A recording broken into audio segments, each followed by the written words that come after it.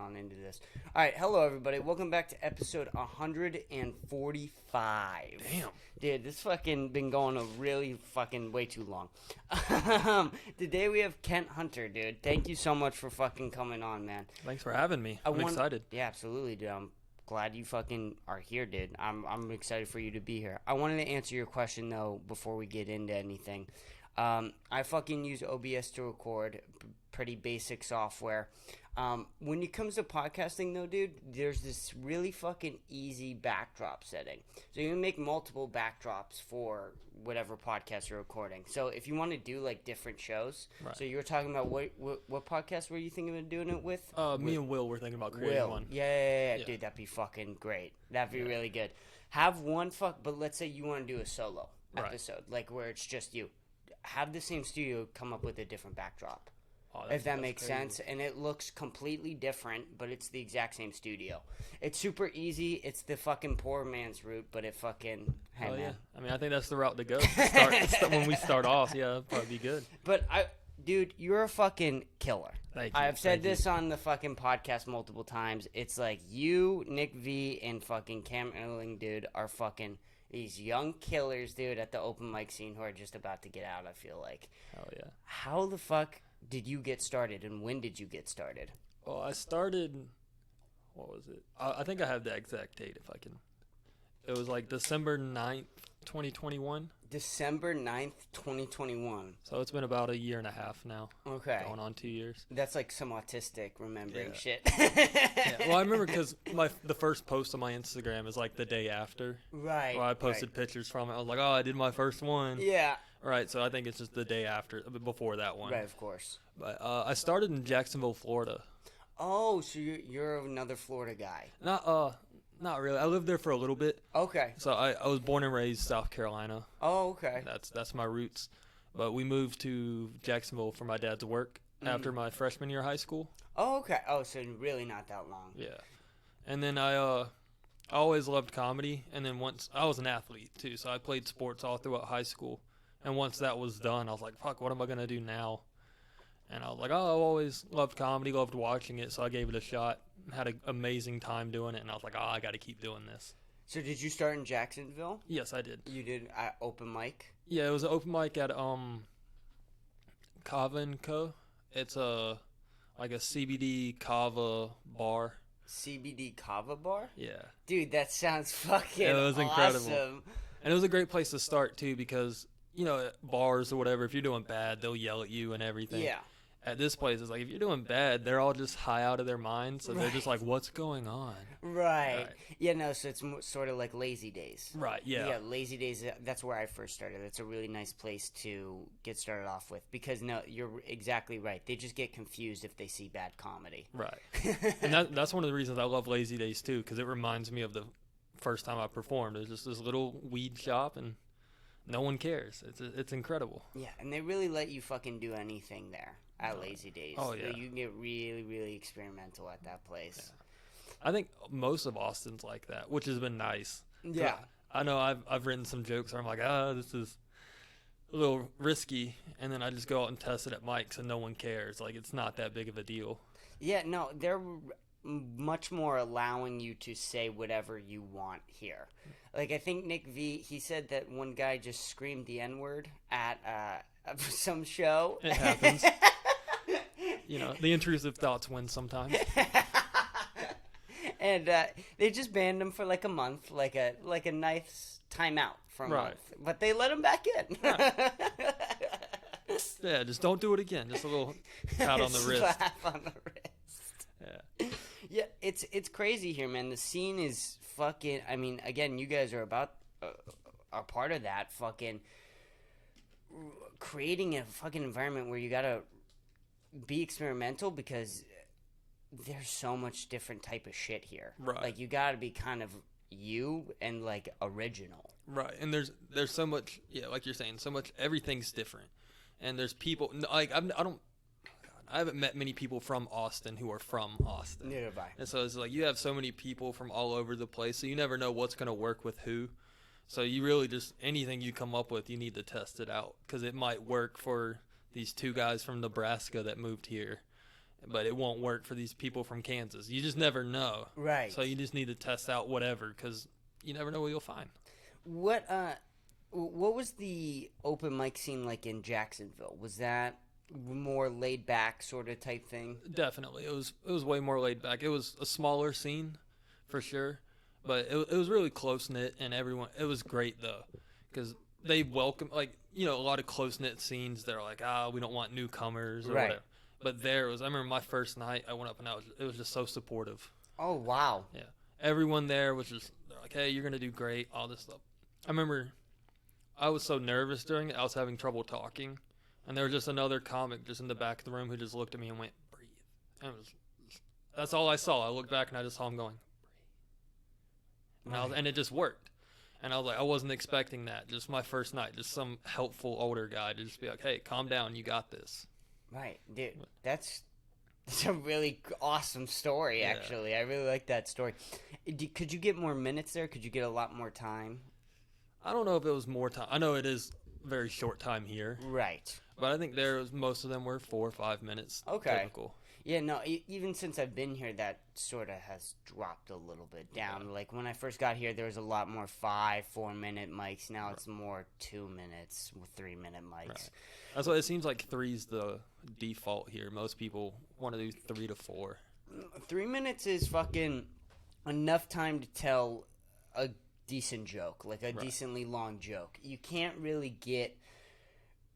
I mean, Bill Burr even said that on fucking Kill Tony. Like, it's fucking really hard to be funny in 1 minute. Yeah, it's especially if you want to do longer form jokes. Right. Because I prefer to try and tell longer ones, try and tell a story. But being on Kill Tony before, it's like, hey, you got to be quick. So it's like I've been trying to write more quick one-liners and just quick jokes that you can throw out there, which is really helpful. Sure. Do you want to get in on Kill Tony? I feel like hell yeah, I'd love early. To. But let's fucking go. It's just an incredible experience in general. It's what he's doing is great for young comics too. Absolutely. Because I mean, I was a year in the first time I got on, and it's like there's no other mic or anywhere else that you can just get that experience where a year into comedy you can go perform for a sold out crowd at a comedy club. It's like that doesn't happen. Right. But unless you're with him, and it's amazing. It's always really fun. Doing the whole minute is hard. Not the whole minute, but trying to get it down to a minute. I'm always worried, like, oh, is this one going to be too long? Is it just not going to work out? I was terrified to get, like, the bear. Yeah. So I think I've always been a little short on it, just because just terrified to hear the bear. No, I mean...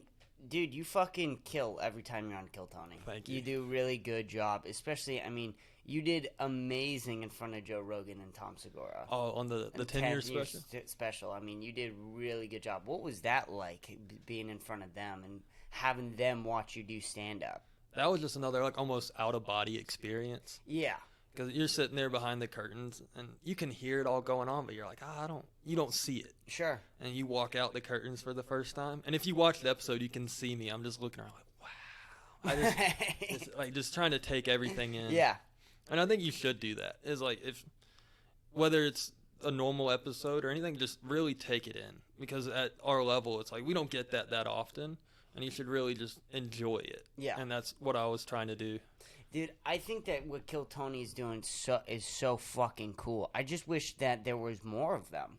Like, it's only Kill Tony. That's it. He's the only open mic podcaster guy. Right. You know what I mean? And, dude, that fucking... Tony is brutal. I mean, he's fucking brutal, man. Oh, yeah, he'll go after you. Oh, he does not pull his punches, man. Which I appreciate. I just wish we got, like, another different host as well. Right. Like, we got, like, 2 different ones. Not saying that fucking...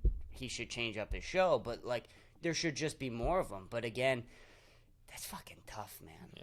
And where are you going to do it? Exactly. Like, there's no, like, and he has it perfect. Like, doing it in the clubs and everything, it's a perfect thing. But, and it's hard for us to, like, if we were going to try and start something like that, it's like, no club really wants us to start that right now. Exactly. But... it can only come from, like, a bigger comic. Right. You have to have some notoriety to you to start that off. You can't just have Joe Rogan on as a guest, like, if you're you or me. Right, exactly. But, dude, that's fucking amazing that you...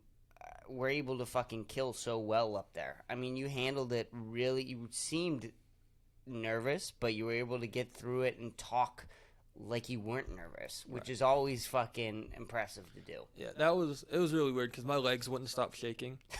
That became a big thing with me on Kill Tony. Is I'm just known for my legs shaking now, and I don't know what it was because I felt calm after that first joke hit. I was like, oh, I got this, and I was like, I'm fine, but my body was just like, no, you're not. Right. I think that it's just the adrenaline. Yeah. And is it that I can't imagine the amount of adrenaline you're getting up there. Oh, it was intense, and I thought that doing like a theater with 3,000 people, like it'd be. If I went on and got on again just at the mothership or whatever, like it wouldn't be as big. Because like, oh, I've done 3,000 people, what's 300? But then I went back on at mothership, and I was like, nope, it was still happening. It was just, I don't know how to explain it. It's just incredible. It's an endless void. That's like sort of the thing of comedy is most comics have this fucking void inside them that for whatever reason they want strangers' approval through jokes. And then you fucking... It never ends. That void never ends, and the laughter can always get more. Right, it can always get kill better. harder. No comic is ever going to be like, I'm the best right now ever that I'm ever going to be. Right, it's not possible. I mean, it's not possible to not improve. As long as you're still working, you're going to improve. Your jokes are going to get better. You're going to get bigger laughs, and it's just constant improvement is all it takes. Dude, you seem to fucking think about comedy a lot, obviously. What are some of the people that you sort of look up to? One of the big ones was Bert Kreischer. Bert Kreischer? Well, because he was like my introduction to comedy. Almost, I remember I was like 12 or 13 just scrolling on Facebook. And that's when the Machine Story got posted. Right. And it got big on Facebook. And it was one of the first ones I saw. And it was just some drunk shirtless guy telling a story. And I loved it. I was laughing as hard as I could, and every time I would see it, I enjoyed it. And I was like, oh, this is amazing. Right. And then I learned, oh, people do this for a living. And I was like, oh, we can watch more of this, and started watching more and more. And, yeah, so Bert was definitely one of the first big ones, is because I would say he got me into comedy. Sure. That's what it is. Chappelle's up there, I think, with everybody. Right. He's incredible. No, Bert. The reason why I laughed at Bert is because that's just an answer I don't usually hear. Right. You know what I mean? Like, that's an uncommon... I like that one. His new special, man, he unlocked something. I don't know. Did you see his new special? Oh, yeah. I actually saw it live. Not when they filmed it, but, like, I saw his hour live twice before the special came out. Oh, yeah? Where'd you go see it? It was in South Carolina when I was still living there. I went to see him the first time at a theater in downtown Columbia, and I was sitting close. I was probably 5th row in the theater. Oh, wow, dude. Yeah, I splurged on that one because I was like, oh, he's my favorite, and I really want to see him live. So I was like, if we're going to go, we're going to go. Go. Right. So I was like 4th or 5th row back, which was incredible. And then he killed, of course. Right. And it was a great, and that's where I saw David Lucas for the first time there. Oh, yeah? Did he open for? Yeah, he was one of the openers. Oh, wow. And that was before I knew what Kill Tony was. Right. So I never heard of David Lucas before. Right. And I saw him come out there and just murder, and I was like, oh, this guy's hilarious too. And I love that about comedy is you can go like, oh, I want to go see Bert. And I was like, yeah, you're gonna see him, but then you're gonna learn about new people before it as well. Right. Which is always nice. He fucking, I mean, going back to Bert, I mean, he was always really good. I think he was always really, really good. But I would never have put him on the level of, like, Dave Chappelle. This new special, though, I mean, it's as good as anything comedy's ever done. Right. He's so... Every movement that he does and every muscle that he moves is just purposeful. Right. Like, I can't even describe it. Like, everything he does is hilarious top to bottom. He starts out fucking strong and ends stronger. I mean, it really was an amazing special. Yeah, so I remember I watched him twice live. Yeah. On the same tour. And then when the special came out, I was sitting in my room here in Austin watching it, and I was still crying laughing. And I was like, how is this happening? I've seen this hour twice in person, and yet somehow I'm still hurting from laughing watching it on Netflix in my room. Were you alone? Yeah. Dude, that's insane. Yeah. When someone can make you laugh at a comedy special when you're alone, you know there's something there. Yeah, they're really good. That's because it is different if you watch it live, everyone should watch live comedy at least once. Even if you're not a comedy fan, you should go to a show and watch a real good comedian live, because Netflix doesn't do justice to how good it is. Well, they can't. Right. The whole part of laughter is that it's contagious. Right. When someone else starts laughing, you want to start laughing more. I mean, that's always the reason why stand-up works in a lot of different ways. Right. Because even if you don't get some people, like if you make like half the room and they get the joke really well, they start laughing and everyone's like, oh, okay, and then goes along with it. Yes. Yeah, no, that's a perfect way to describe it. But it's also different experience for watching Netflix specials if you're in a group of people. Like, even if you're in a room full of, 5, 10 people or whatever, that experience is going to be way differently than if you just watch it alone. Exactly. And I remember a lot of times I'll watch them alone and I'll just be on my phone listening, not really paying attention. Oh, my God. That's just terrible, dude. My fucking ass, dude. That's my fault. You're all good. But I remember, if I watch them alone at the house, a lot of times I'm on my phone messing around, or I'm writing jokes of my own, just doing something else and have it just playing. Sure. And when you're alone and you're doing that, it's like, oh, you might not hear everything. It's not going to hit like it should. But yeah, if you're with people, you're probably going to be paying attention, and everyone's enjoying it together, which is just an incredible experience. Right, and then if you don't catch up on something, like, someone else will. Right. So then they'll start laughing at something, you'll be like, what did I miss? And it'll get you to think about it. Right, yeah. Exactly. So there's that element, too. I think comedy on your phone is hard. Yes. But that's sort of where it's going. Do you do a lot of, clips and stuff like that? What do you think about doing comedy clips? I like it, because I have a short attention span as well, so Sure. I'll be scrolling on my phone, watch a 30-second clip, scroll to the next one, keep doing that. I don't really record that many of my own. I think all the clips I've posted have been from Kill Tony, where we just took it out of the episode and clipped them up and posted them. Because it's the best quality clips I could get. Right. It's professionally filmed, great audio. Where if we go to Lazy Days and I'm recording with my phone, it's not going to come out as good as that one. No. And also, you're just going to get that perspective of how many people are in front of you. Right. There's that element of oh my gosh, this is something real. This is happening, sort of. It for whatever reason, it hits bigger. Right. Indeed. I do want to get more clips, though. I do want to start recording. I haven't been recording enough. I think when I'm out, I know I should record every set. That's what they say. Just so you can go back and watch it, at least yourself. But I remember I was at Tiniest on Thursday. And normally I don't do crowd work. Crowd work terrifies me. Sure. Because you never know where it's going to go, and I've always been scared to do it. But there's just this older woman at Tiniest who was drinking white wine, and I was like, fuck it, we'll go into it. And just started talking to her, and it went really well. Sure. And I was like, dang, I wish I was recording. Because it might not have been the best quality clip, but it was still a great time, and it was able to do it. Unlike I thought. I didn't think I'd be able to do good crowd work. And I was sitting there, and the conversation with her just killed. Dude, and that's the thing is, if crowd works, man, it fucking can win your entire audience over. Oh, yeah. And it doesn't... What do you think? Do you think that it's like a clutch? Like, some people think that you're not working as hard. But then you have people, like Matt Rife, who just basically does crowd work. And then, Andrew Schultz, he's the best crowd work, and he's released his own crowd work specials as well. I don't really think of it as a crutch. I think more of it as just, or maybe kind of, but like another tool in the utility belt. Sure. Right, you have your jokes, you have act outs, and there's crowd works there too, and it's just something you can we need something right now. Let's throw this out there, see what we can do. But it can also ruin a show. You were saying it can really pull the crowd into you, but it can also send them away if you're doing it bad. Yeah, absolutely. And I think that's always been the thing about me, terrified to do it.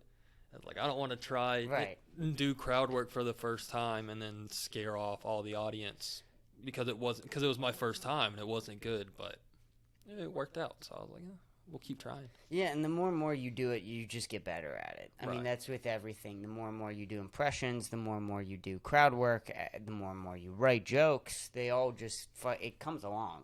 It comes along easily. I don't write as much as I should. No, neither do I. But everyone has their different ways of writing down bits.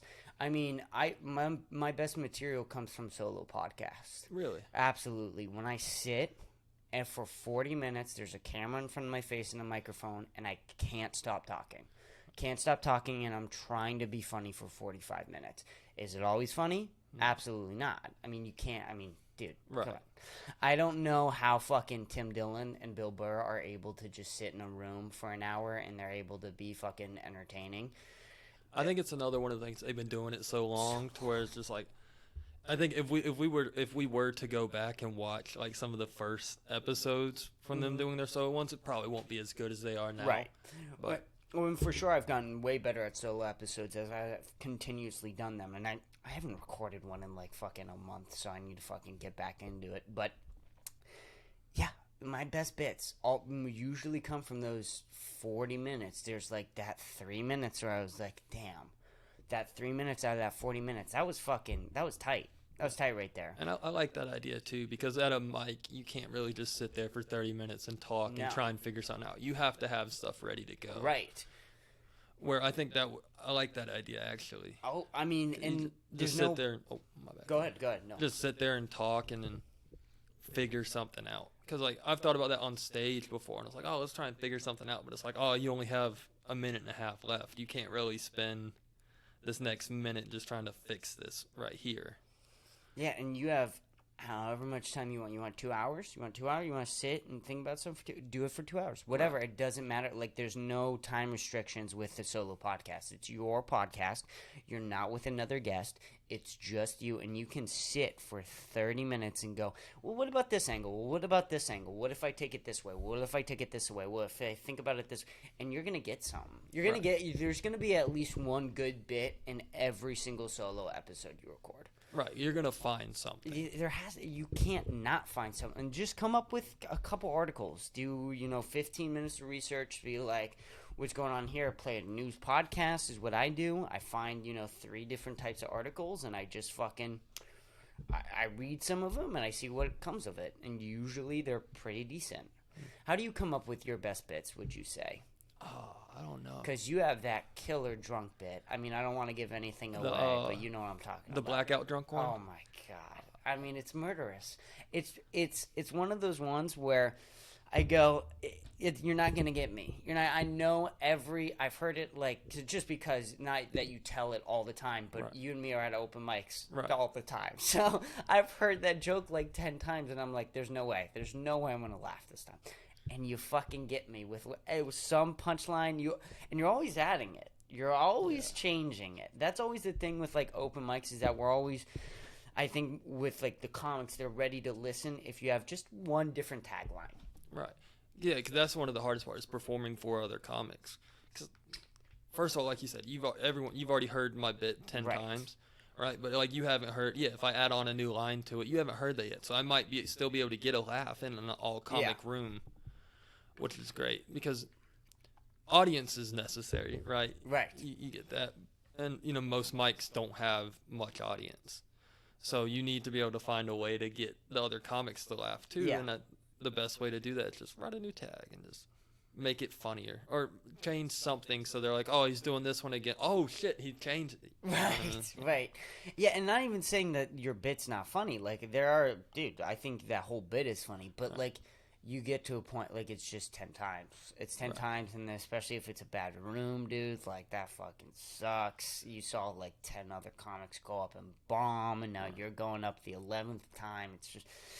There are weird fucking parts of comedy, man. I've noticed that, too. Like, I hate to keep bringing up Kill Tony, but there's been bits on Kill Tony where, like you said, they've crushed before. Mm-hmm. And then I've gone to an open mic. Like, when I did the 10-year. Yeah. Did the 3,000... had roaring laughter the whole time. I went to Axis 2 days later, told the same jokes, and it was crickets.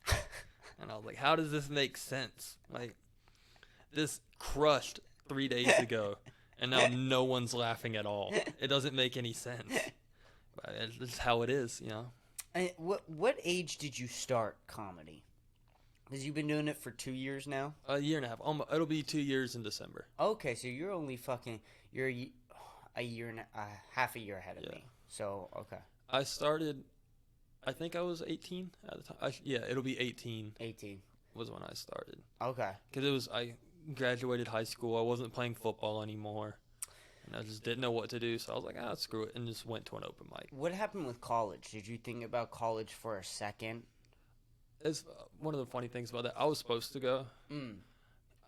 I hate to say it like this, but I was kind of the one that was, like, in my family, everyone was like, oh, Kent's going to college. Like, I was going to be the one, everyone knew it was going to be me to go.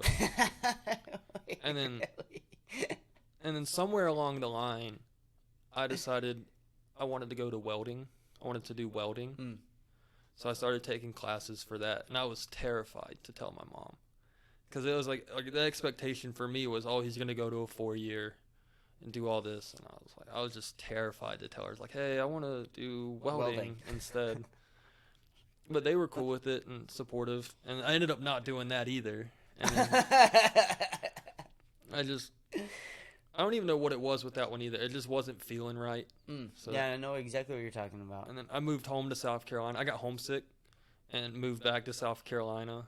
I was like, oh, I'll be home, happy. Maybe I'll go to school then. And then that's when I got home, and I realized, like, home wasn't what I remembered it as. Right.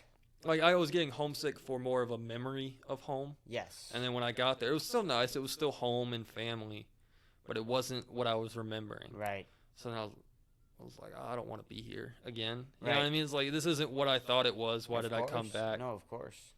And at the time, I was only doing comedy like once a week. I was driving an hour and a half from my small town in South Carolina all the way to Charlotte, North Carolina. Right. To do 5 minutes once a week. And I could tell there was no improvement at all. You're not going to improve with 1 mic a week. No.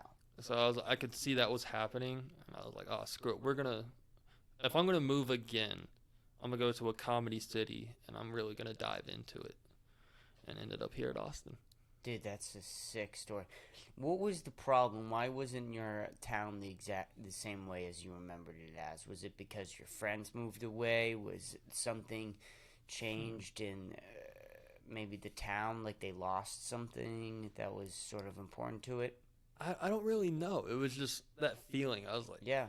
It can be a 100 different things. Right. I remember because I was just sitting in Florida and I was like, damn, I want to go back to South Carolina. It's like, I don't like living here in Jacksonville. And then so I moved and I was like, oh, this isn't any better. Right. I think it's just the memory of, I had so many good memories here. It's like, if I move back, it'll just be better there as well. Right. And then I got there and I was like, oh, no, it's pretty much the same, just smaller. So, yeah, I was working and not really enjoying life. Not to say not depressed or sad or anything, but it was just I'd wake up, dull. I think that's bland. Yeah. Right. So I was like, I can't keep doing this. Right, of course. And I was like, I gotta move. And like I was saying earlier, I was like, if I'm gonna move again, I need to go somewhere big. And I didn't want to go to New York because coming from the small town I grew up in, I was like, this is gonna be way too overwhelming going to New York. Why not LA? It's LA. It's LA. Yeah, okay. Exactly. It's LA. I don't want to be in LA. And then I saw Austin. I was like, oh, because I think around that time Joe Rogan just moved out here, and I was like, it's starting to grow. I was like, huh. I was like, it's in the middle. Like, it's close to Texas. I mean, it's in Texas. It's not as far from my home as LA would have been. And I came out here to visit. I wanted to make sure it wasn't too overwhelming. Like, I knew New York was going to be. Yeah. So I was like, we need to go check this out just to make sure. So me and my mom came out for Memorial Weekend last year.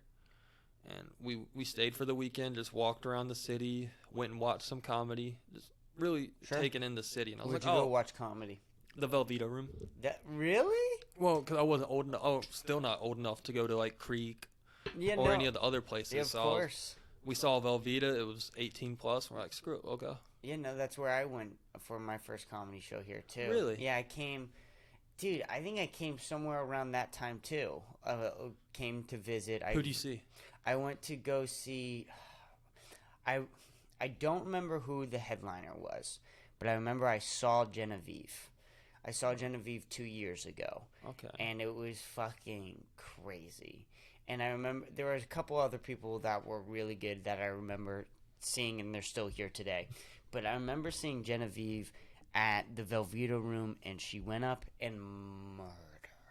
Like she always does. Like she always does. She murdered like a professional fucking real comedian. And I was like, I got this ticket for $10. Right. There's no way. Right. There's, you know what I'm saying? Yeah, I remember we were the same way too. I remember the headliner for the one I came to was Zach Martina. I don't know if you ever heard of him. I never heard of him before that either. Was he deaf? No. Okay, yeah. The guy I went to come see was deaf. Which was interesting to see, but... Right, that is weird what comedy is like, because you can't hear the laughter. You can't hear the laughter. He's watching people laugh. And have you performed at Velveeta? Like, have you done their open mic? No, I've not done the open mic at Velveeta. I need to, though. Their stage lights are so bright, you really can't see the audience. So I was like, how does he know if he's bombing? If he can't hear and he can't see their faces, how does he know if he's doing good or not? That's so crazy. He needs like one of those things. And you remember in elementary school where they had the red light, green light for the volume noise? Yes. He needs that. Yeah. Oh, green light, they're laughing? Good. Oh, they didn't like that one? I do like that. But yeah, so we went to see Zach Martina. I'd never heard of him before then. He was a headliner, but a smaller headliner and everything. It was a good show. We saw, I can't think of his last name, but Jesse. I think his Instagram's like T.O. Jesse or something. He's from Houston. Oh, yeah. I know of him. I'm not putting the face to the name. Yeah. He was the feature act. Oh, really? I remember me and my mom were talking about, we loved him. Yeah. We were just sitting there watching it. He was hilarious. And we're like, this is incredible. Just watching him go, and he was hilarious. We were having a good time. And then Zach came on and did good too, but we were like, the feature did better. We thought Jesse did better than Zach. But it was fun too. That was my first time ever going into a comedy club. Sure. Because in Jacksonville, they had a club, but if you wanted to do an open mic there, you had to take their class. What? It was one of those, it was like, we have an open mic, but you have to pay $300, take our class, and then we'll let you perform. Dude, I haven't met a single Austin comic who's done a comedy class. Right. There's no need for it. No. I remember my first time performing, I met Marcus Crespo. Sure. He's a headliner in Florida. He does up and down the southeast by the coast. And he was just at the mic for my first one. And we sat outside after my set talking for like 2 hours, just giving me advice. And I remember asking him about that. I was like, hey, I saw they have a class. If you want to do their mic, you have to do the class. And he's like, don't take it. He was like, you learn more tonight just by going up and doing it than you would in that class. Yeah. And he was telling me a lot of people, like, the classes are a lot for women, a lot of times they say, because they're more scared to go out. This is what he was telling me. He's like, they're more scared to just go to a bar, get on stage and talk. Sure. Like, you know, they're women. You never know, like, what's going to be out there. Like, it is scary. And you never know who's going to be there, what's going on. Yeah. So the classes where they can go and learn some basic fundamentals and then get on stage in a comfortable setting before going to just some random shitty bar and performing. Yeah, dude, it's tough. Being a female comic, dude, is fucking way harder than being a male comic. Oh, yeah, for sure. Dude, it's fucking way harder. Yeah, it's been my biggest struggle. Being a black female comic has been really hard for me. I don't know how you get through, dude. Yeah, no, I'm black, I'm trans, I'm a woman. I don't know. I'm everything, I think. Can I say that? Oh, dude. Is that like vocal blackface? I'm a black comedian. I guess to people listening, it's really offensive. What the hell just happened with my fucking... Sorry. Dude, what's going on? Can you hear? Oh, yeah, I can hear you just fine. You can hear just fine? Oh, right. Don't worry about it then. Whatever. I'm going to change headphones. I'm sorry about the technical difficulty. Oh, no, you're all good. Fucking podcast. Jesus Christ. What the hell is going on over here? All right, we're back. Sorry I interrupt your bit there, dude. Your fucking fire bit you just came up with. It's just fucking like that thing where like girls want to go to the bathroom together, right? Let alone they don't want to go to an open mic Right. alone. And it's I mean, we've been to them. It's all shitty men there. Yeah. Oh yeah. And have you seen like a woman goes and performs for the first time, and it's like half the comics there start hitting on her afterwards? Oh yeah. It's horrible. Yeah, I understand why you would want to take the class. You don't want to Yes. deal with that. Like this way, you can get your first time done nice and easy, be comfortable, and that's really what it is too. You want to be comfortable on Right. stage. I wouldn't want like to go up and be terrified, Yeah. not knowing what's gonna happen after. So Yeah, dude. There was this fucking guy at an open mic. I don't even know who he was. I think he was like sort of a first timer. And he just goes up and starts calling my girlfriend hot. mm-hmm. And like, I don't care if it's funny, but like, I wasn't gonna like fight him or whatever. Right. But it wasn't funny, and he kept doing it, and like the whole crowd just pulled back. Right. Like the whole crowd just pulled back, and it's like, yeah, I don't know why a girl would ever want to come to this. Right. I do remember. This is funny. So, you know Will Malden. We Yeah. were talking about that earlier. Yeah, yeah. So every once in a while, he'll bring his girlfriend to a show or open. Oh mic. yeah. And we don't know what it is. We think it's hilarious, but every time he brings her to a show, someone tries to crowd work her. Yeah. Like we were on Bryant's boat show, Yeah. Yep. and we were Will and her were sitting together. You could tell they were a couple. Yep. And I can't remember who it was, but just decided to do some crowd work. Looked down at his girlfriend, was like, "So what made you not wear a bra today?" And we were talking about after. Will was like, every time, like we bring her, something comes up. Dude, and you know he thought about that. He thought about that, and he probably wrote it down, and then he went up and said it. Like, so many things have to happen for that to be said on Right. stage. I've talked with Will about this, doing it as a bit. Like it wouldn't really make anyone Yeah. else laugh because it's kind of just like me, him, and her are the only ones who really know that this happens. But I was thinking about the next time he brings her to an open mic just to try crowd working her, just because it happens every time. I'm like, fuck it, it'll be me this time, and just start messing. He knows about it, but we were thinking about doing that to like almost surprise and mess with her. Dude, that'd be fucking hilarious, for at least for you guys. Right. That's the one thing. I was like, I don't know if I want to waste stage time doing it because Yeah. it's only gonna make me, him, and her laugh. Oh, but I was like, it would Who be. cares? Yeah. Yeah, Will's a fucking doing really well out there too. Oh yeah. Dude, Will's a really good fucking young. How old is he? Oh, I should know this.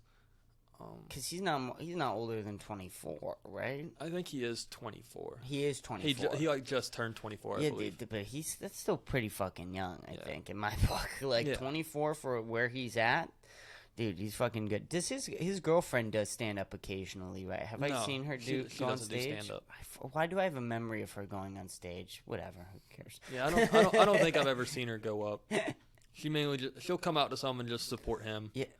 Everything, which is nice. You guys would have a fucking killer podcast together. That's what a lot of people have told us that because I remember Bryant was saying this. Me and him were thinking about doing like an argument show. Sure. Because there have been times we're just sitting at open mics and me and him just start arguing with each Mhm. other for no reason, and everyone's like, "It's hilarious when you guys do that." Yeah.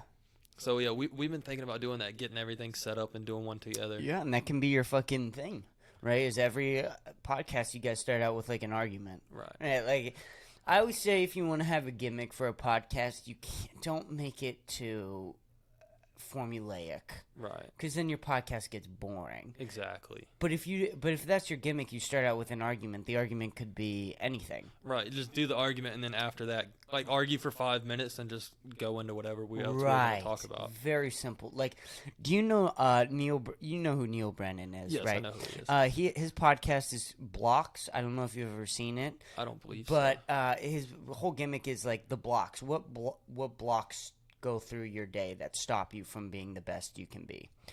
And it's very vague. Like that can be fucking anything. It's a really good gimmick to have because 'Cause you can change it all the time. Exactly. And every single guest is completely different. Right. Like every person's block is going to be 110% different.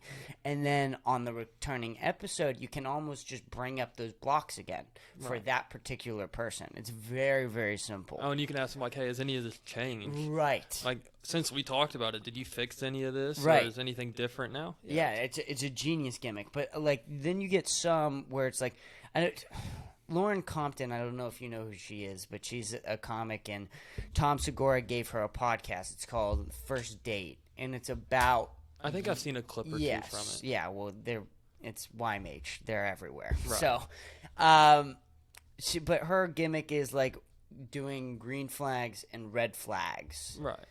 of you as a first date, and there's Does 30 she come minutes. up with them, or does she have like I don't you know. come up? I You don't haven't know. watched it either. I mean, I've watched some of it, but I'm not gonna sit there and listen to every Right. first date. What do you think about characters? Characters, dude, they can be really fucking funny. I say don't limit yourself to characters. Right. So Giannis Pappas has that transgender character, and it's hilarious. And he's done podcasts with comedians of just being comedians, and it's really funny.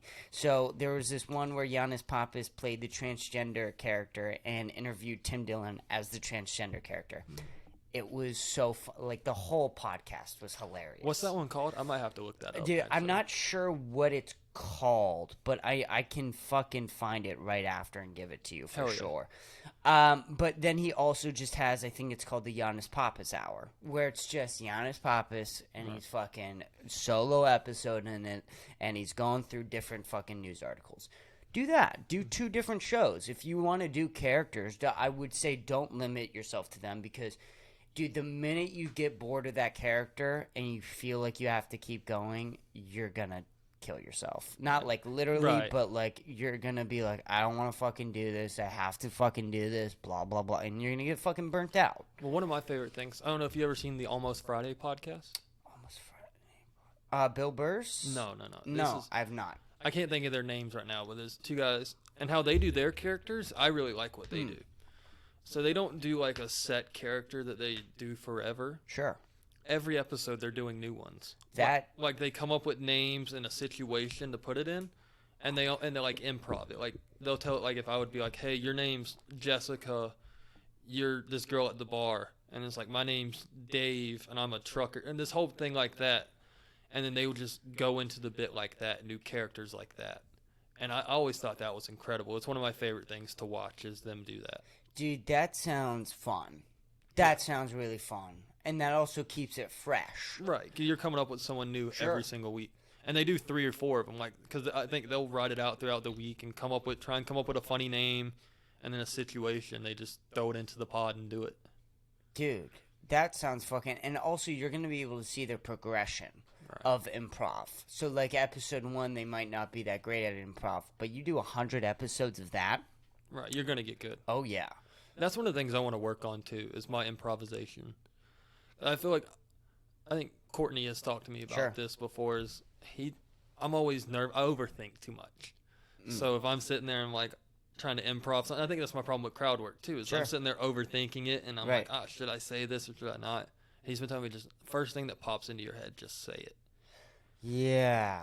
Yeah, and you get better at that. That first thing that pops in your head just gets funnier every time. Well, you seem pretty relaxed right now. Oh, yeah. Dude, like, people fucking come in and they fucking freak out on this shit. Really? Yeah. I mean, I'm really like, dude, you're fucking being really relaxed right now. We're just having a conversation. Yeah. That's really all it is we're right. just having a conversation. Right. I think that this sort of helps people just riff, too, on stage. So, like, you're talking, number one, you just have to keep talking. We're putting our phones down. You, me are just focusing on the conversation. If you can have a relaxed conversation like this, you can have a relaxed conversation on stage. Yeah. It's different. It is different because there's no audience here. Right. So it feels way more relaxed. But if you can kind of get into like a meditative headspace on stage where you're just kind of, now this is a conversation between me and you. Right. It goes sort of like that, if that makes sense. It makes it easier. One of the things I really like too. Have you ever seen Roy Scovel? No, I have not. You're bringing up so many people I don't know. I feel embarrassed. He's on Netflix and he's hilarious. Will showed me him. he's a big improv guy. Sure. I think he started out with improv and then focused more on stand up. Sure. But he has a special on YouTube, and the whole thing's just made up. He did a whole weekend, 4 shows, and then each show, none of the jokes are the same. Because he goes up there and he's just improvising it the whole time. And I was like, that's incredible. Wow. Does he write down stuff, or like has he talked about his process at all? I believe he does. I think when I was watching the YouTube one, he kind of does it as like a docuseries and special.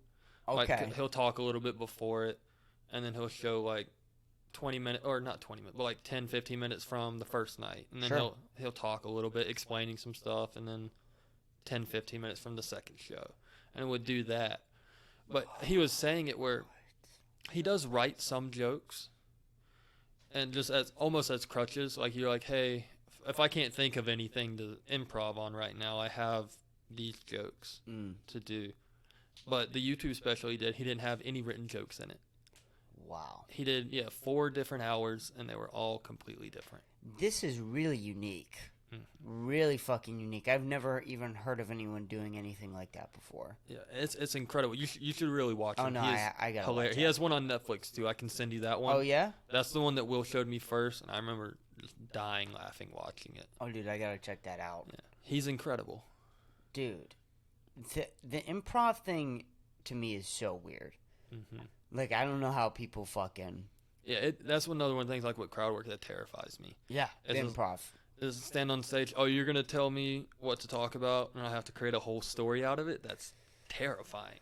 But also sounds fun, you know what I mean? Just right. Like, what if I could? Like, they just yell something random I've never thought of before, and then I'm able to build something beautiful out of it. Mm-hmm. Dude, I don't... Going back to fucking... With the improv, dude. Do you remember the time where comedians were going for, like, the longest amount of time on stage? And remember Dave Chappelle did 7 hours? I don't know if you've ever heard of that. I've heard of it. I don't remember it when it was happening. Sure, I don't either. But I have heard of it. Because they were saying that Chris Rock did it too, and he was doing it for like 10 hours. And I was like, that's incredible. What do you do for 10 hours? Because you can't do 10 hours of material. Right. I remember they were talking about it when Chris Rock did it. He would do some jokes there, and after a while, he'd sit on stage and just sit there and like, oh, what should we talk about next? And then just try and just figure out stuff to talk with for a while. Right. But even that's all improv then. Right. But doing improv for 10 hours almost. Oh, I get tired after like 10 minutes.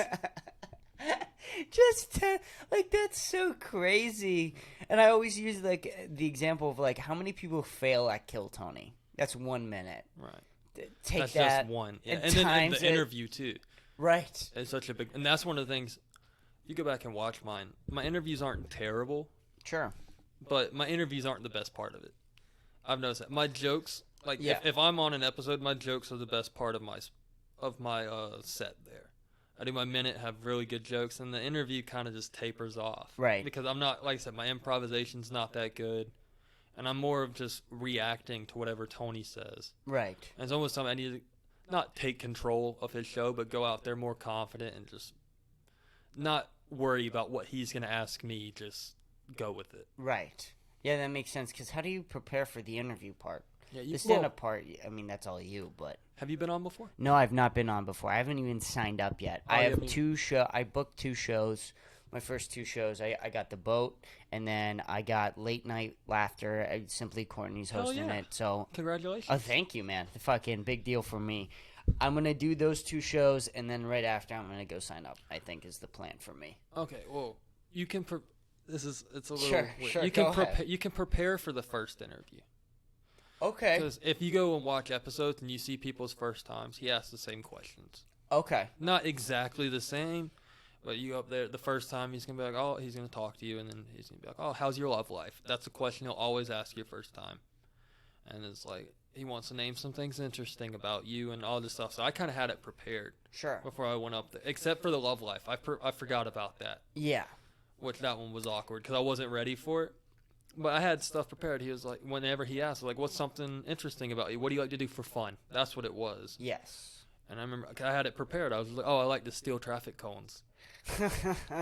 and he loved it, and we went on for it. But I was able to prepare that. I knew whenever they called my name and I was being picked, I was like, hey, we're gonna mention traffic cones. This is gonna come up.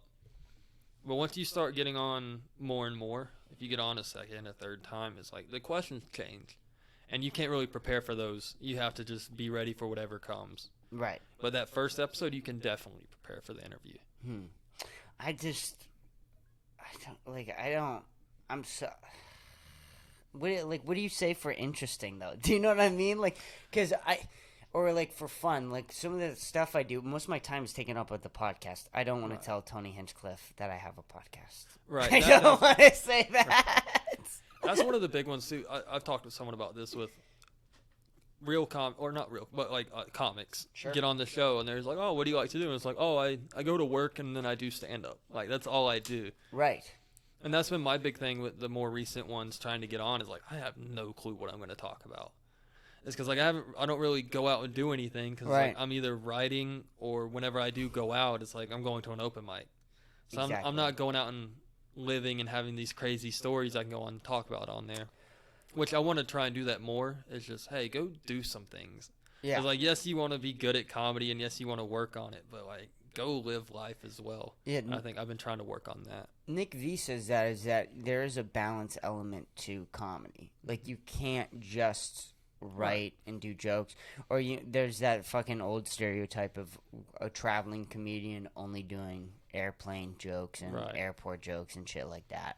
Because if you're not living and making new experiences, what are you going to write about? Exactly. You need to go live a little bit of life here and there once in a while. Yeah, have a crazy story you can talk about, or even just if you go out to a restaurant and you overhear a conversation and you're like, oh, that was funny, I can do something with that. Right. Where if you're just staying at home writing and then going to mics, you're not going to get that. You need to go out, experience life, and then you can write about that. Yeah. And that's something I've been trying to work on a little more. Dude, yeah, this is a weird fucking art form, man. It's a really strange art form. But it's so amazing. It is, dude. And it's hard to understand if you don't do it. Right. I've noticed that with people. It's like, you haven't, normal people, they haven't stood on a stage, told a joke, and heard it do well. Right? You know what I mean? You might tell it to your friends, or you might say it at work, but you're not going up to complete strangers and doing it. You don't know what that feels like inside. And when you do that, you go up and some people you've never met before, and you're able to have them laughing. It's incredible. Dude. And comedy is not for normal people. Right. It just isn't. Where you go, what are you doing Tuesday night? And it's like, well, I'm going out to some shitty Japanese bar, whatever it is, or weed bar. To go make 3 people laugh. It's like, are you making money? It's like, no, but I will. Eventually. Hopefully. It's just not a thing where most people would be like, this is it. This is what I want to do. That's why it's so fun being around people like us. Right, people who do it, because they understand. Everyone, you've been to a show and you've bombed in front of 3 people. Yeah. Exactly. Some random person doesn't know what that's like, to really go all into a joke and really write it and love it, and that's your joke. And you're so proud of it. And then you just go up and eat shit. No one really gets that. To really put your heart and soul into a joke and it not do well. You really have to love comedy too to deal with that. To be like, oh no, I have to go back and fix this so it will work eventually. Yeah, and then do it the next week. Yeah. Do it again and again and again. Do you have a really, really bad bomb story? I don't think I really have you don't have a signature bomb story? Not a super big one. Sure. I definitely have some bombing stories. Right. I remember because my first time performing, I did well. Sure. And then I told you I was talking with Marcus Crespo after, and he said, it's amazing that you did well this first time, but whenever that first bomb does come, it's going to hurt so much more. Yeah. Because I don't want to say you need to bomb your first time. No. Right. Because I think if I would have completely bombed my first time, I probably wouldn't have kept doing it. Right. But I did so well my first time, I was like, oh, this is nice. And eventually it happened. I think it was my 3rd or 4th open mic, and I just ate shit the whole time. And I was driving home, And everything just worked out perfect. It was a light drizzle going on. It was dark at night, a light drizzle, and then I was listening to the radio and like sad cowboy music came on, and I was like, "Oh, this is just perfect." It felt like a scene out of a movie. Yeah, right. Like if they were doing a movie showing like, "Hey, what's it like to bomb?" It's like that's the scene that's gonna come up after driving home in the rain with sad music playing. Like a Hallmark movie almost. I had another big one. Well, not still again big bombing story, but it was at Velveeta Room. Sure. I remember I signed up for it, and I got there, and there's a few people in the crowd, but I was the last person on the list. People slowly start leaving and leaving and leaving, and by the time I go up, I perform for the guy who went before me, the host of the show, and the bartender, and it was just crickets the whole time. Well, the guy before you probably didn't do great. So he's probably, I'm assuming, not saying that he's a bad comic. Right, but it's hard to do great when there's 3 people in the room. So the comic before you bombed, the host wants to go home, and the bartender wants to clock out of his shift. I'm pretty sure the bartender was on a smoke break during my set anyway, too. Like, I think I walked up on stage, and then he just went out to smoke. That's the worst. Dude, my one really bad bomb story is I fucking went to Lazy Days, and it was me, Dom, and Liz and the host. And Derek wasn't there, so it was a fill-in. And the fill-in, I won't say his name, but he... as Dom went up, and as Dom is... or someone else went up, but he left after he got up. Dom's going up next. He gets off, and as Dom goes up, Genevieve walks in with her 2 friends. And oh no. I know where this is going. The fill-in host, and it's supposed to be Dom, then me. The fill-in host goes up, and he goes, next up after Dom is Genevieve on deck. And I was like, okay, so Genevieve's going to go up before me. Right. I'll go up after Genevieve, which I'll bomb, but it's okay. At least I'm prepared for it. It's only Genevieve, 2 of her friends, and my girlfriend, and my friend, and the host. There wasn't that many people. Right. And after Dom goes up and eats shit, just eats absolute shit, he goes, actually, I said the name wrong. It's Chris Pushcard, not Genevieve. And so I was 3 months in, and I remember the whole 3 minutes. Because you weren't ready either. That was one, you were like, oh, Genevieve's going to go. I got time to kind of prepare. Remember, I had a night like that, too. Not exactly like that. But there was one time I was at Lazy Days. It happens at Lazy Days. This is where this is happening. Derek was hosting this night, though. And it was a decent night. It was going pretty well. And then Ty walks in. Oh, I can't think of his last name right now. Yeah. But you know who I'm talking about. I know who you're talking about. He's hilarious. Yes. I see him walk in. I know I'm like 2 or 3 people before my set. Yeah. And I see him walk in. I'm like, okay, maybe he'll bump right away. And then the next person goes. And the next person goes. And then he bumps right in front of me. And it was one of those, you hear all the older comics talk, like you need to follow good people. Yes. Because if you're always following bad people, making yourself look better, it's not going to be good. Right. He walked up there, and I knew he was going to crush, too. And, he's amazing. And he walked up there to do his set, and he's like, this is my first time doing stand-up. And I was like, no, he's going to kill. Because anyone who was a comic knows Ty, and he's been doing it forever. And then it's like, the audience didn't know that. So they're like, oh, he's crushing, but they think it's actually his first time. And I'm like, shit. And I had to follow him and just completely bombed. Yeah. There's also that you can tell yourself a lie. Not only like you're making yourself look better because the person before you sucked, but you can tell yourself a lie. Like, well, the comic before me did bad, so it wasn't my fault, really. Right. If you see someone go up and fucking kill, and then you got to go up right after them and you bomb, there's no... It's like, oh, it's me. It's me. It's you. I'm the problem here, yeah. No one else to blame. Yeah. Dude, it hurts. Bombing hurts. Oh, for sure. The people who will come back after a bomb and do it again, unique people. Unique people. Just But I mean, that's what it takes. Yeah. You have to go up and bomb and then try and fix it. And then Sure. when I like to, if I write a new joke, I like to at least bomb a few times before Sure. I start rewriting it. Cause like if I write it, go to Lazy Days and bomb, like, oh, maybe the crowd at Lazy Days wasn't the best night. So I'll test it out before I rewrite it. I'll tell the joke 3 or 4 times. Right.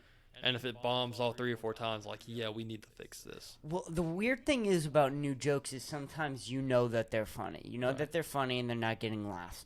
And you can just switch, like literally your last punchline, all you have to do is go, do like a little high-pitched voice at the end, and it kills. Right. Kills. That was it. That was the one thing. It was like one little missing piece, and it puts the whole cherry on top. But sometimes, again, like what you were saying, you just got to test it out multiple times.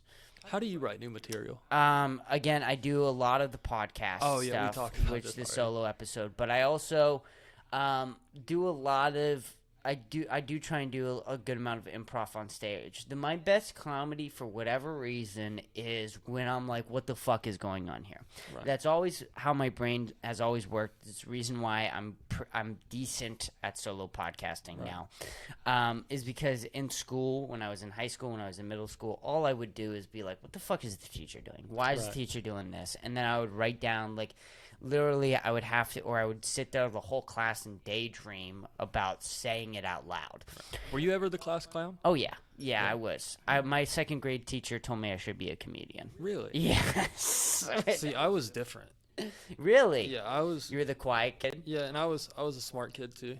Growing up, at least, not anymore. But growing up, I was really focused in school, had good grades.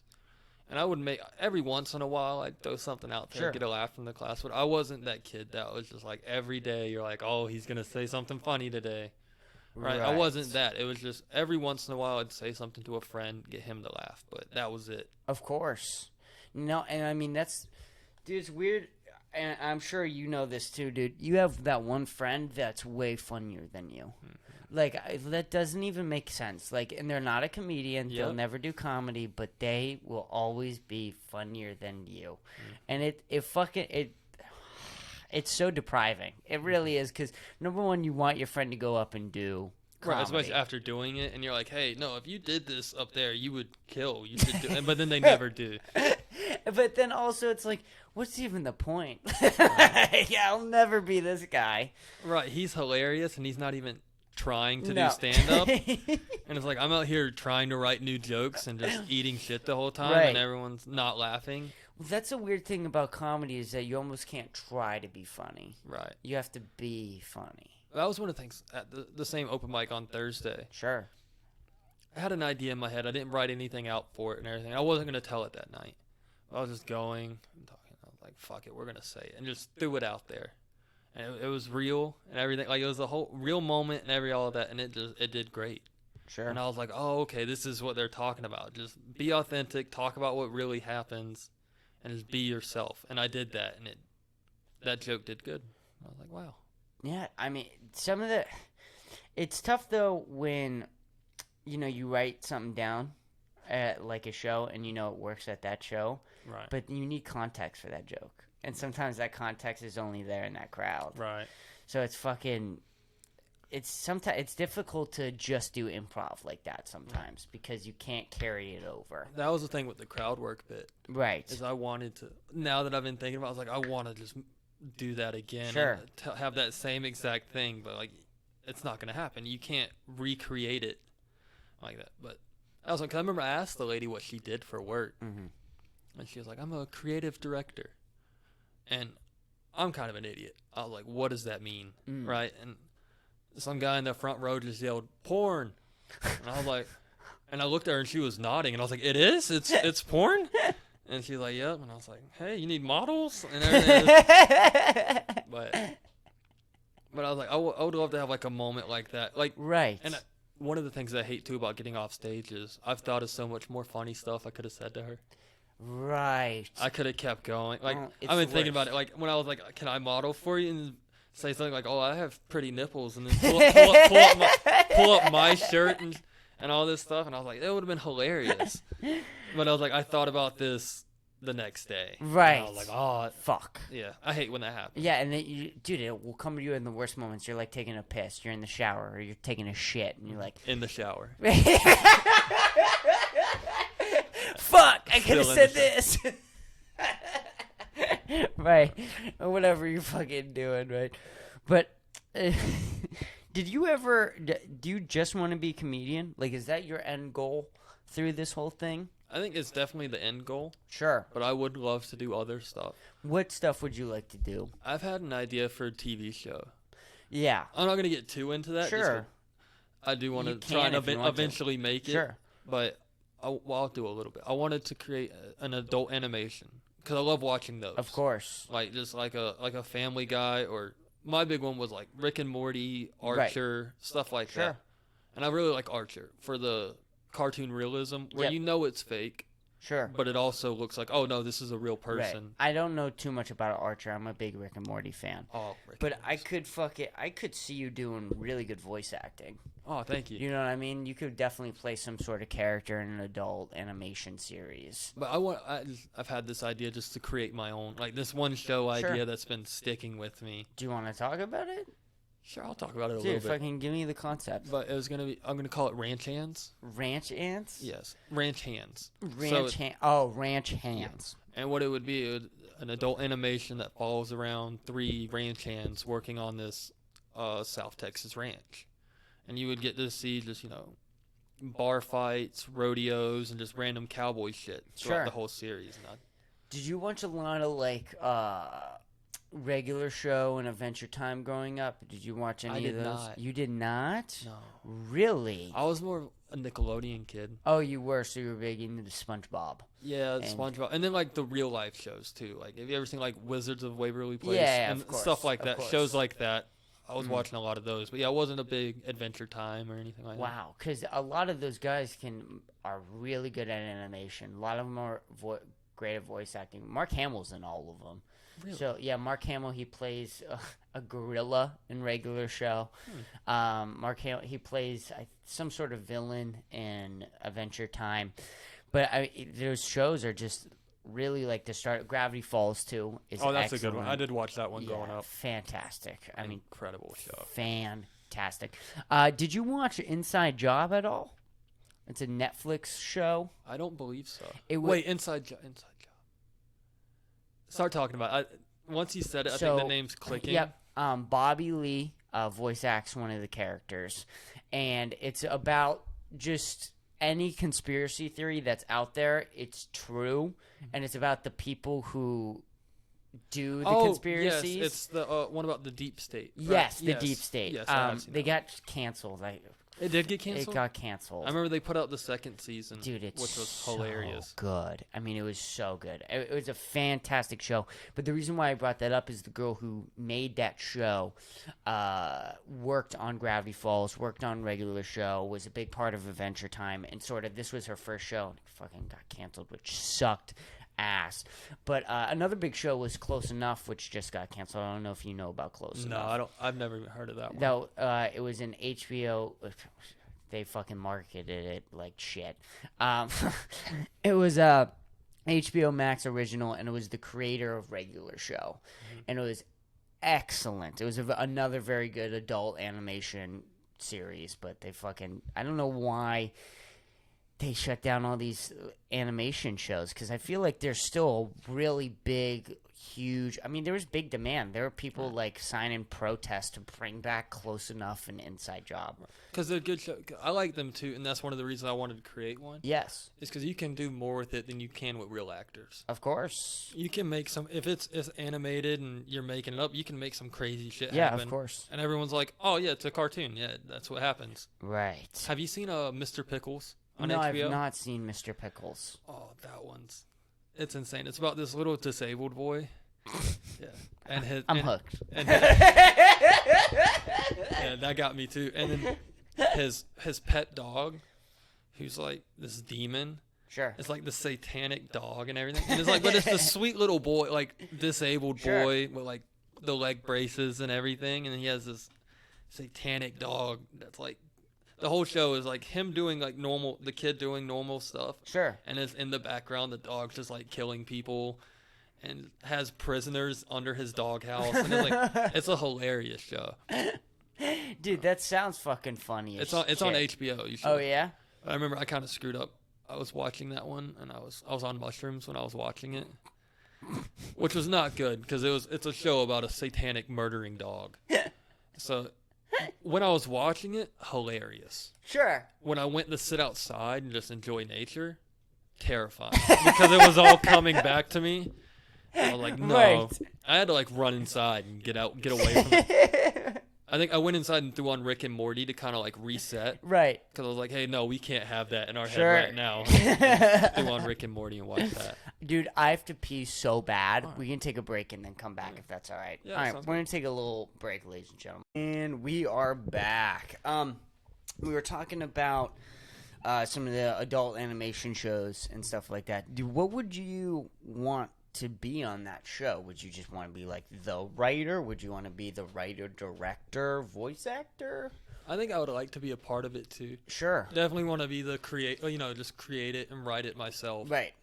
But then, yeah, I wouldn't want to be like one of the main characters.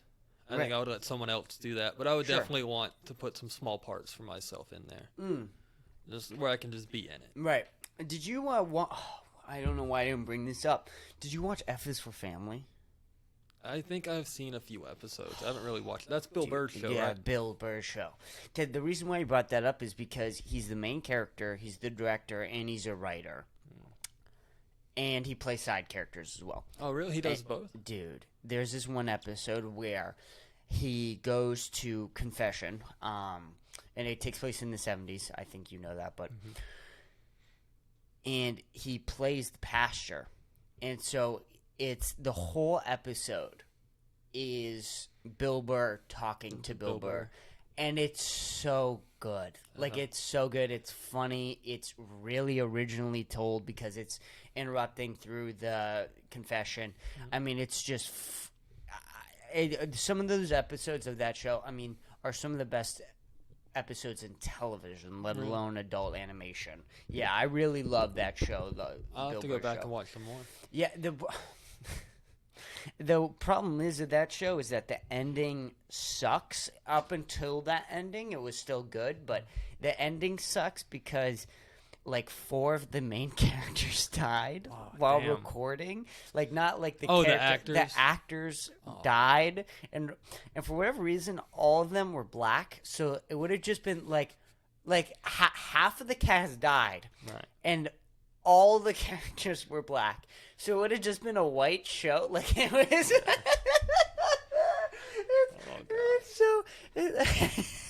I'm sure he's talked about it before, but it fucking sucks to see, man, because, I mean, that show had so much potential. Speaking of people dying, you see Jimmy Buffett died?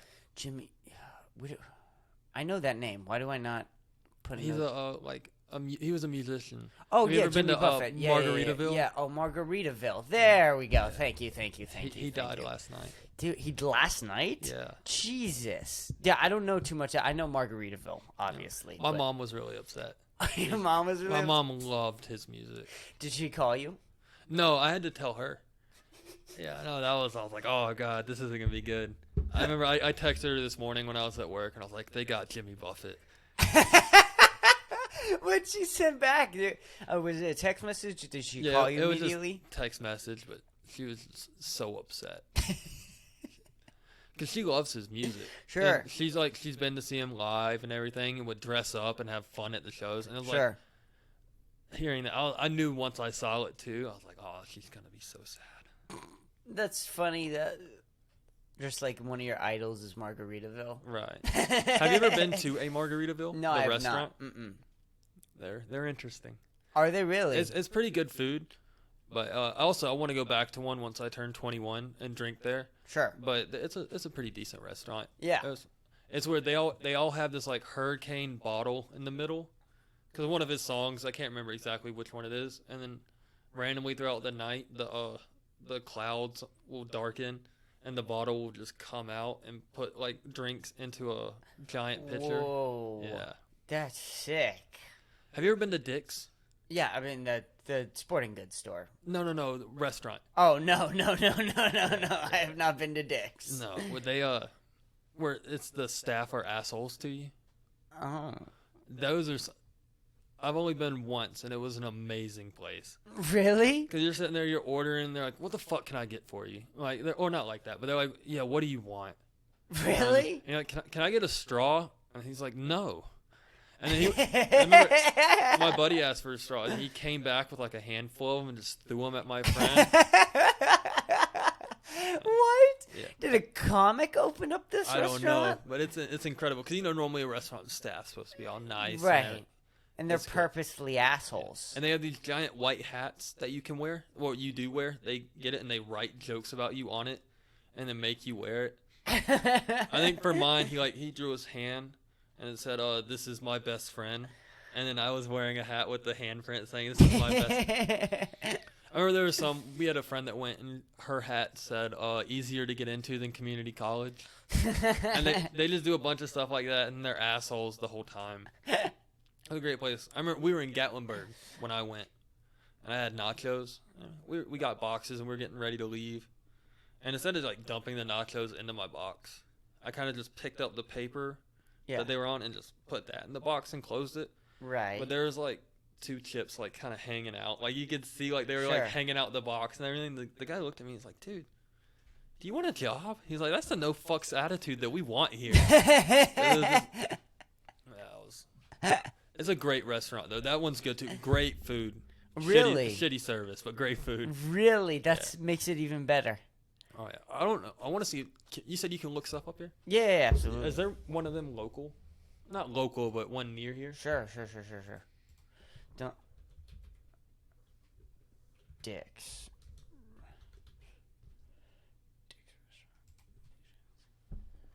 San Antonio, Dallas, Cedar Hill. So no, it doesn't look like there's one anywhere near Texas. That's weird. I feel like that's a very Texas. Or there was one in Myrtle Beach, but we never went because my family wasn't into that. Sure. Like my mom didn't want to go to a restaurant and just have people be an asshole to her. Right. Which understandable. Like you have to want this to go there. Bitch mom did. Well, we went. I was in Gatlinburg with my cousin, and me and him and his friend, we all went together. Sure.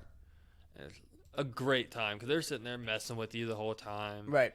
Okay, you ask for napkins, same thing. They're throwing them at you, and it's incredible. You should, if you're ever around one, you should go to one. They're very fun. Sure, absolutely. You know, I'll definitely check that out. I didn't even know that was like a thing that happened. That'd be a good place for an open mic. Oh, that would. You know what I mean? That type of fucking service. I just thought about that. That Except would be for great. The waiters would probably be heckling the whole time. Yeah, but would that make it better? I guess. Like banana phone? Yeah, just banana phone, but in dicks.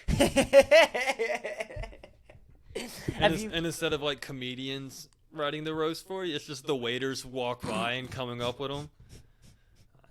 Because they're already doing it with the hats. Right. So, I mean, that would be cool. They just walk by while you're on stage, yell this, and then walk away. Oh, dude, that'd be so funny if they did the hats on stage. Like, in the middle of your set, they went up. And just put one on you. That'd be so annoying.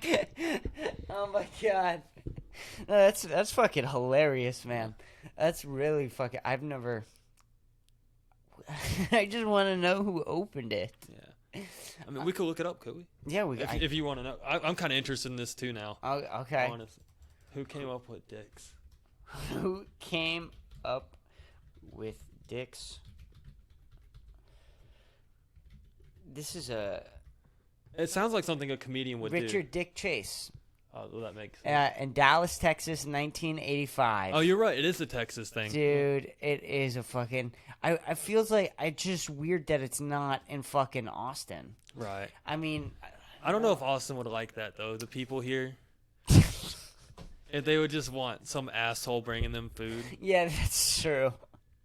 Austin's a weird place, man, because like you said, there isn't a lot of people from here. Right. You know what I mean? So it's not very Texas that much. Right. There's a lot... Because I don't know. I was thinking about this too. I think Austin, Texas is probably the best place to get started out as an open micer for a bunch of different reasons. Number one, going back to what I was saying, is fucking everyone who is here isn't from Austin. So you're getting taste of a little bit of everywhere. Right. You're getting taste from Massachusetts. You're getting taste from New York City. You're getting taste from a lot of people from LA. Right. So you're getting a little vibe of everywhere, and depending on the room, I think it comes out like Wanderlust is very like sort of what I've been told of New York City. The way that it's only usually comics, it's very small, everyone's packed together. It's very New York comic. I haven't been to Wanderlust in a while. It's good. Daniel Tercy is hosting now. Okay. So Alex moved back to North Carolina. Oh, he did? So to the worst Carolina?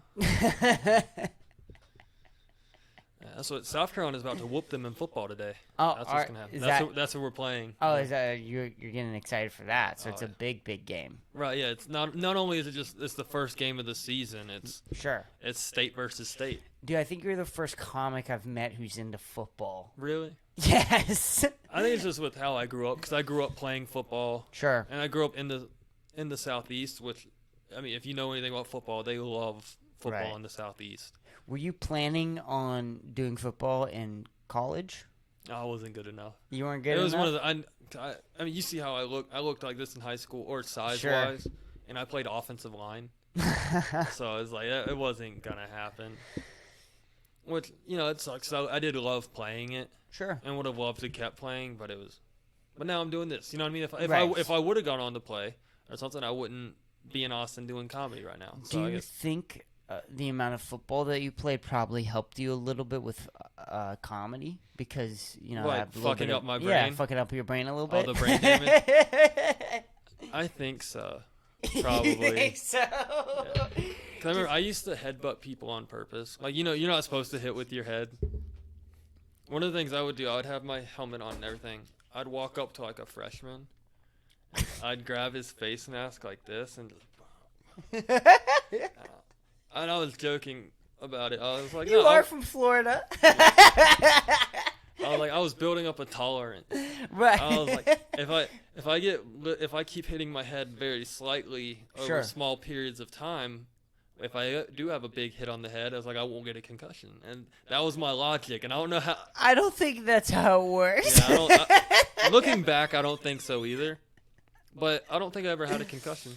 So it might have been working. I might have just been microdosing concussions. Yeah, you might have just still have a concussion. That's why you're doing comedy. And it's still there. Yeah, I did so many little hits, I just have a permanent concussion. Concussion forever. I do remember, I think I did get one.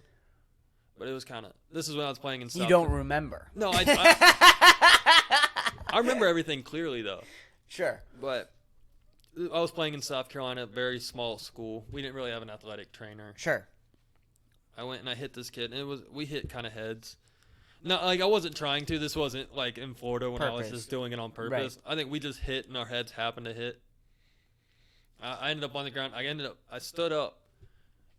But when I started running back after the play, like you're supposed to, but I looked like I was drunk, I was chasing after the play, going like just almost falling down. Yeah, and I was that's not good. I was like, I definitely got one. But my coach called me to the sideline. He was like, "What's your name?" Kent Hunter. He was like, "How many fingers?" 2, 4, 1. Okay, you're good. Went back in. Yeah. So I think I might have had a concussion then, but not really since then. If I can't remember any. Yeah. There might have been a lot, and I just don't remember them. I feel like you can remember your name if it's not like a horrible concussion. Well, we had a buddy I played with. His name was Jarrett Poole, and his dad was the varsity coach. Sure. And we were on middle school playing, and we practiced on the same field. And there was one play. I think he was hitting Tron. They were just doing hitting drills. Tron hit him, and he couldn't remember his name. He didn't know where he was. Didn't know his name. They're holding up 2 fingers. He's like, how many? He's like 3. And I was like, yeah, it was bad. And that's why I was like, I don't think I ever had a concussion. I might have had small ones, Right. but like seeing that, I was like, oh no, You I never had a one. serious one, of course.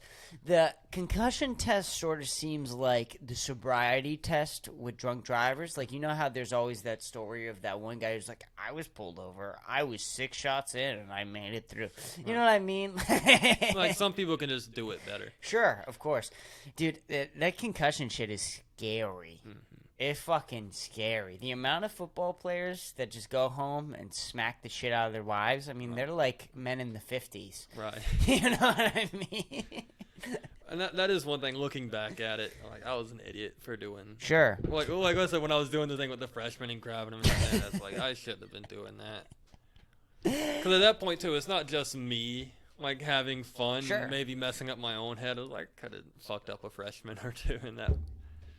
You know, just looking back at it, I'm like, that's probably not the best idea. But, did you ever do any other sports? I played baseball a little bit. Okay. Wasn't good at baseball either. I was an athlete, I just wasn't a good one. Was kind of my problem. I enjoyed sports and I loved playing them. Right. And they would have me on the team. It was just like, you're just not that good. Sure. But then I also wrestled for 1 year. Oh, yeah? How was that? It was my junior year of high school. Okay. And so I was just now on varsity playing football. Season was over. And our running back coach was also the head wrestling coach. Mm-hmm. And, you know, they're always like, hey, you should play another sport, stay in shape in the off season. And he convinced me to do wrestling. I don't know why. But I did stay in shape? Yeah. Which was also not What? good with me being an offensive lineman. I think I was 215 pounds at the end of the junior season. Wrestling made me lose all my weight. Yeah. I lost like 15 pounds that wrestling season, and I was like, I can't gain. I struggle to put weight back on. Yeah. So then it was like, oh, this is, and I tried to quit like 3 times. Really? And he just wouldn't let me. What do you mean he wouldn't let you? Yeah, I don't know. Held you at gunpoint? No, I think I'm just too nice. Like I don't like upsetting right. people. But I remember one time we were at practice, and I was telling him this. I was like, I struggle to put on weight. And I was like, after this practice, if I get on the scale and I'm less than 200 pounds, I'm quitting. He's like, okay. Get on the scale after practice, I'm 199. Okay, I leave. Yeah. I don't come back to practice for 3 days. On the 3rd day, I get a phone call from him. He's like, hey, we're at practice. Where the fuck are you? I was like, bro, I quit. And he's like, no, you didn't. Be here tomorrow. What? And then hung up, and I was like, oh, crap, okay. And also, like, I realized it, too. I couldn't really quit because he was my football coach, too. So he would just take it out on me during football season. But, yeah, I tried. Dude. And I had this was, you know, they have wrestling shoes, like in high school wrestling. And yeah, I did wrestling for 2 weeks, and I quit. You know, they have those certain shoes and everything. Yeah. I let some friends of mine, I don't know why I let them convince me to do this. I wore lime green wrestling shoes. Yeah. And I was terrible. I was like, it's one of those things where if you're a really good athlete and you're wearing like some crazy shoes or crazy cleats, it's like, oh, he's a star, of course. Yeah. I probably did like 30 matches my junior year. Oh, wow. And That's a lot. I won 2 of them. Yeah. It might not have been 30, but it was up there. It was probably closer to 20. So you got called faggot a lot that year. Oh no! I remember one of my coaches pissed me off too, because I remember the long hair bit I do, the cancer joke I did on the 10-year special. Yes, yeah. So that joke, it's kind of a combination of a bunch of real things. Like I had Most good jokes are. Yeah, I had football coaches I hated. Mm-hmm. My head coach, the bald guy, who everyone thinks that joke is about, is this bald football coach. Yeah, and I loved that guy. He was one of my favorite people in the world. But it worked. Him saying bald football coach, it just makes the joke work.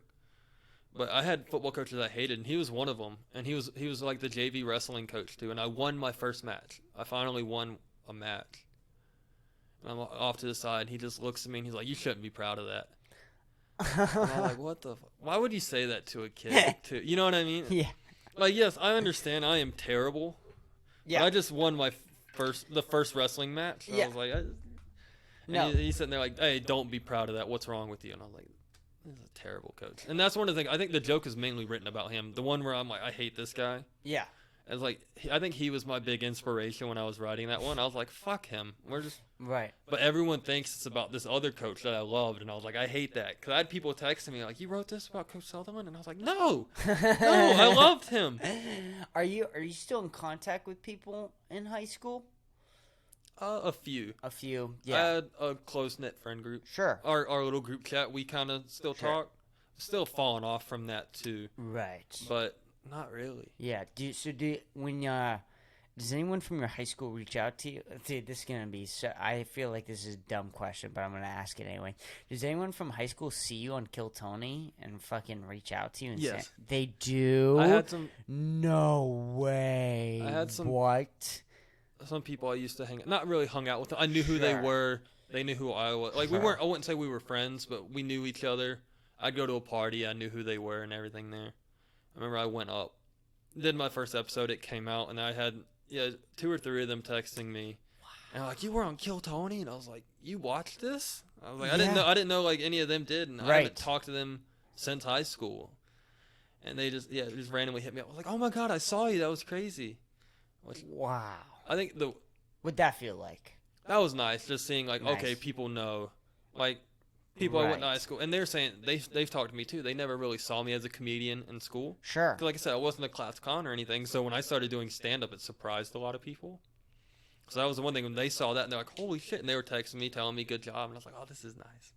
Nice. Dude. But the weirdest one, I've had people come up to me at work. What? Yeah, that was. I remember after the 10-year episode came out. Later, because I talked about where I worked Sure. on that episode. I just clocked out, and I was walking to our free samples. Because I was like, I'm going to get a little snack after work. And some guy, he was walking next to me. I could kind of see him look over at me, look back. And he did a double take, and he looked back again, and he was like, were you on Kill Tony? And I was like, yeah, I was. And I've had that happen twice. That is weird. That one's weird. Just because I'm at work in my HEB uniform. And Right. everything, and then some stranger just comes up to me. He's like, "I saw you on Kill Tony." I'm like, "Oh shit!" Like, people watch this, like, you see it, like Right. they post a clip and it gets. I mean, they post an episode and it gets 600 to 1.2 million views, whatever their average is, Yeah. somewhere in between there. And you're like, "Oh, okay." A lot of people saw that, but you don't think it's like, "Hey, that many people saw this." You're just like, it got Right. 800,000 views. You're not like 800,000 people saw this. Yeah, you're just thinking about the people that saw you there live. Right. And then it's like, I'm at work and some random guy comes up to me and I was like, oh shit. Like 800,000 people saw me. Right. That was a big one. I remember Andrew Schultz posted something. He was watching the 10-year special. Yeah. I remember that was the one for me. And it was like, it wasn't anything. I wasn't in the picture he posted or anything. Right. But he was having an evening, posted that he was watching the UFC fight and the Kill Tony 10-year and had them kind of next to each other Sure. watching it. And I was just sitting there, I was like, holy shit, Andrew Schultz has seen me do stand-up. That he is was watching it. crazy. Yeah. And like, you never know who's watching it, but it was, you know who Sean O'Malley is? No, I know the name, not the face. He's a UFC champion now. He yeah, just yeah, won his yeah, fight. yeah. He watches it every week, and that's another one. I'm like, holy shit! So it's like a UFC, like MMA fighter champion, has seen me tell jokes. Like, you know what I mean? He probably doesn't know it's me, any of Right, that stuff, but right, it's like but it's still he has crazy to seen you. it. I'm like, that's incredible. Like, you never know who you're getting in front of when it comes out like that. Do you think about that a lot? Not really. Not really. You Only just if- kind of keep going. Yeah, it's sort of like the thing with Andrew Schultz. I remember I saw him watching it. You know what I mean? Right. I was like, I never thought of it in the moment. And I'm just scrolling through Instagram. And there's a picture Sure. of him watching it. I'm like, oh shit, he saw me. That's crazy. Or the same thing with Sean O'Malley. He'll post pictures and he's watching it, and it's like, it's not constantly on my mind. Like, Sure. who's watching my episode? But then every once in a while you see, oh shit, he watches the show. He probably has seen me. Dude, that's wild to think about. Do you get, when you smoke weed, does that freak you out? No. No? No. Wow. Yeah. So, wait, you were talking about... Not that, at least. Right. What about mushrooms? No. No? None Okay. of that really gets to me because I don't think about it. That's Sure. the one thing. Is I'm thinking about it now, but like whenever I see it, it Yeah. kind of pops into my head. I'm like, oh shit, like so and so was watching this episode and I was on it. That's Yeah. crazy. But I'm never like just hanging out at the house like, oh shit, I wonder if someone's seen me. Not Sure. like that. And it doesn't change your sort of work ethic. Like, doesn't make you slow down or speed up or anything like that. It just is like, well, that happened, and I'm going to keep doing what I do. I think it is a little motivating. Sure, right. So no, like, whenever you see that, you're like, oh, okay, this famous comedian watches this show. Right. And like I said, I don't really think about it, but and the moment when I saw it, I was like, I need to write better jokes. Right. Because like he's watching this and it's only at that moment. You know what I mean? Didn't really think about it much after that. Right. But in that moment, I was like, I need to write more jokes. Well, I mean, how many times do you have that thought every day? Right. I mean, that's just one more thing to make you think that you need to write better jokes. Right. What other people do you look up in the Austin scene that are not like known that get you your ass going? Definitely Courtney. Oh yeah, seeing Courtney and talking with him, he gives great advice too. Yeah, Simply is fantastic, and he's amazing with that too. He's been doing it 10+ years. Yeah, and he'll sit here and just talk with you and give you advice. You ask him a question, he will sit there and explain what's going on. Sure. This one's might be surprising. Robert Tabbitt. Oh yeah, absolutely. No, like, that's not surprising. We've been doing it the same amount of time. Really? Well, just about. Like not exactly the same, Sure. but we've been doing it about the same time. Sure. But I'll see him at a mic, and I'm like, I just watch him perform. I'm like, fuck, I need to write more. Just watching him, I was like, he does good jokes, and he's constantly writing, and I'm like, I don't write enough. Every time I see him perform, I'm like, I don't write enough. Yeah, of course. Well, he starts out with a brand new bit, like Monday night or whatever, and dude, he fucking tells that joke again. The same night, you go to the open mic, he's telling that same joke. Brand new tagline. Same night, just same joke, brand new tagline. Next day, whole new setup for that joke. Fucking Wednesday, he's back again. Fucking brand new tagline again. By the end of the week, it's a fucking sword. Right. Like a brand new weapon in his belt. It's crazy to watch him write. And there have been nights at Tiniest, because, they do it twice a week, Tuesdays and Thursdays. Of course. Where I would go up, and I'd see him do his material. I'm like, yeah. Okay, that was good. It was good, and like I need to write more at that moment. Of course. And I go up and perform mine, and then we'll come back Thursday, and he's doing a whole new set, and I'm doing the same set I was doing Tuesday. Crazy. And I'm like, fuck, I need to I need to do more, because I see, like 2 days ago he was doing brand new material, and now he's doing more brand new material, and it's like crazy. I'm doing the same joke trying to fix it. Right. From 2 days ago. It's incredible. That's one of the things I really do look up to Robert a lot. Yeah, I do as well. I mean, Bryant was talking about that on the podcast. Is he was saying, like, yeah, it's good to go up a start maybe in a small town, but it's not going to create a fucking murderer, because you're not going to have people like Robert here. You're not going to have people like Courtney here. You're not going to have people like you or Cam or Nick, who are all just fucking, and they're all open micers, who will do very well in front of crowds. And you guys light the fucking ass under me, and I know you light the ass of fucking other people who they fucking are motivated by you guys. That feels good. I never really thought about that before. I think about it all the time. I love the work ethic here, and almost in any capacity, like whatever you got to do, and I was talking about that. I forget who I was talking about that with, but there is this element of getting fucked up still as a comic, but it's almost like you're not getting fucked up to get fucked up. You're almost getting fucked up to deal with comedy and to try and do more comedy. I've heard that. Does that make sense? A little bit, yeah. So like it's almost like I'm gonna drink because I bombed, not to get fucked up. Right. I don't want to drink. I feel bad. It's one of those I feel bad or. Yeah, or sometimes, too, I want to be more creative. Right, like that smoke too. A little bit before writing, right. Try and get something, but... Rather, it seemed like, even with, like, Sam Kinison, right at the sort of end of his career, where he was just smoking and drinking and getting fucked up, and that was sort of a really big environment. Even, like, Bert Kreischer has... So, I mean, he's not drinking right now. He's doing this whole not drinking to lose a lot of weight. Like, or Sober October. He's been doing that for a long time with Joe Rogan. They've sort of created this atmosphere where it's okay to want to get better, but it's also okay to still be broken. Right. Which Austin is sort of this perfect, healthy middle of that. Rather, I kind of thought that we were gonna like come in and everyone's getting fucked up like all the time to get fucked up. and it's not like that. Right? No.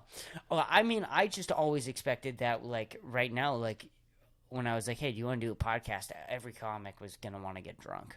Right. But like you're fucking sitting here. I was like, "Do you want to smoke weed?" You're like, "No, I'm not. I'm not on that wave today." Yeah, it's just a weird environment here. I like it though. Yeah. I like weird. I appreciate it. I'm weird, so I feel fit in. Yeah, I think that is one of the great things. And with it being "Keep Austin Weird," isn't that the slogan or whatever? Yeah, keep Austin weird or whatever. Yeah. Which it is a great city because then it's like everyone's. You kind of see that it's like Austin. Oh, it's this weird city. I can come be myself. Right. And just have fun. And no one else cares because it's what the city is. I've said this literally like the first 2 months I got here. It's a good place to be lost. Mm-hmm. It's a very, very good place to be lost. I feel like there's a lot of places you could be lost at. This is because there's so many opportunities. You can get a job fucking anywhere. Right. I know everyone wants to talk about like how expensive it is to live here, but in reality, compared to New York City or LA, it's nothing. Right. It's absolutely. It's still nothing. Up there, though. It is definitely up there, but yeah, it's not as bad as other places could be. No, I mean, I came from Massachusetts, and like it's still nothing compared to Massachusetts. Really, dude, Massachusetts is like it's basically baby LA.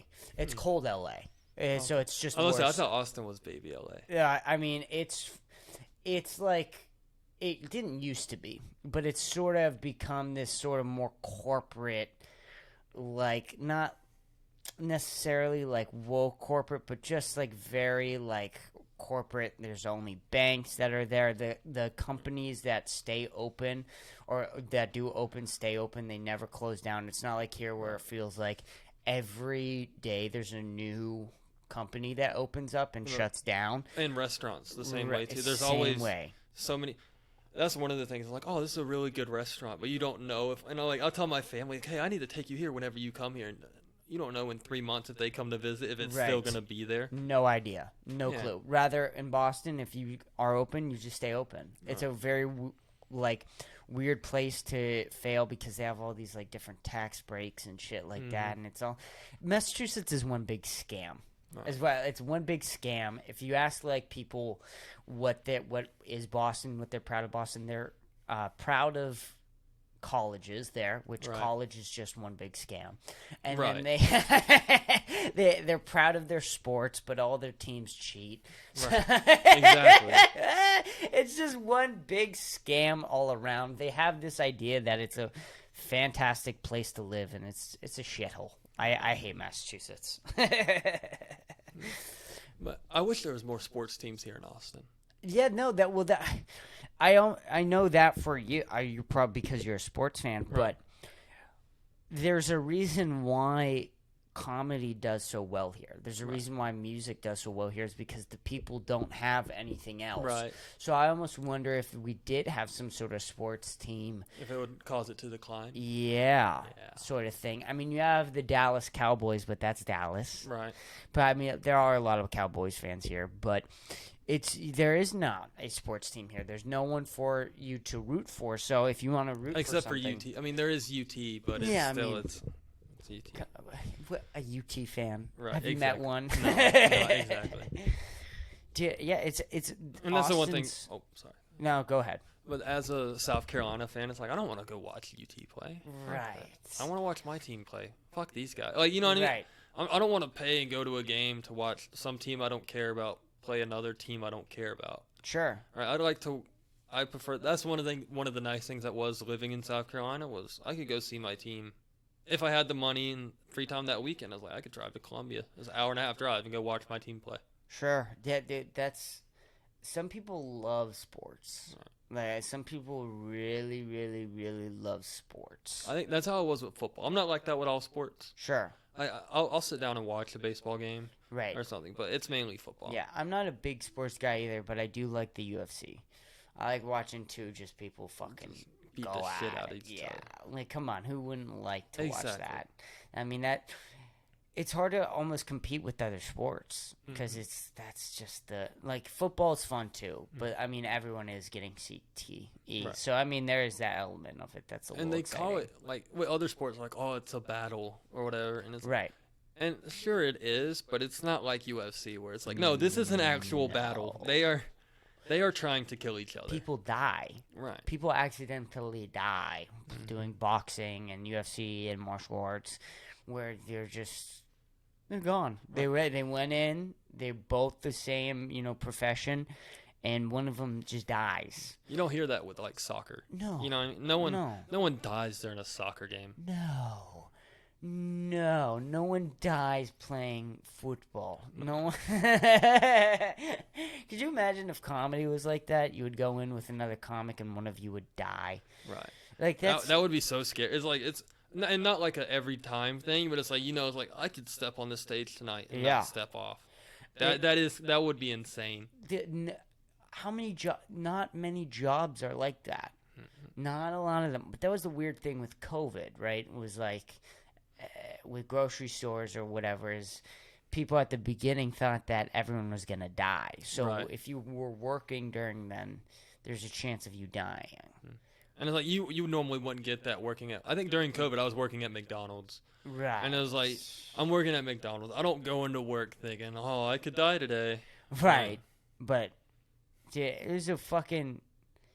Where were you? Because you were still in high school during the pandemic, right? Yes. So what was that like doing that in Jacksonville?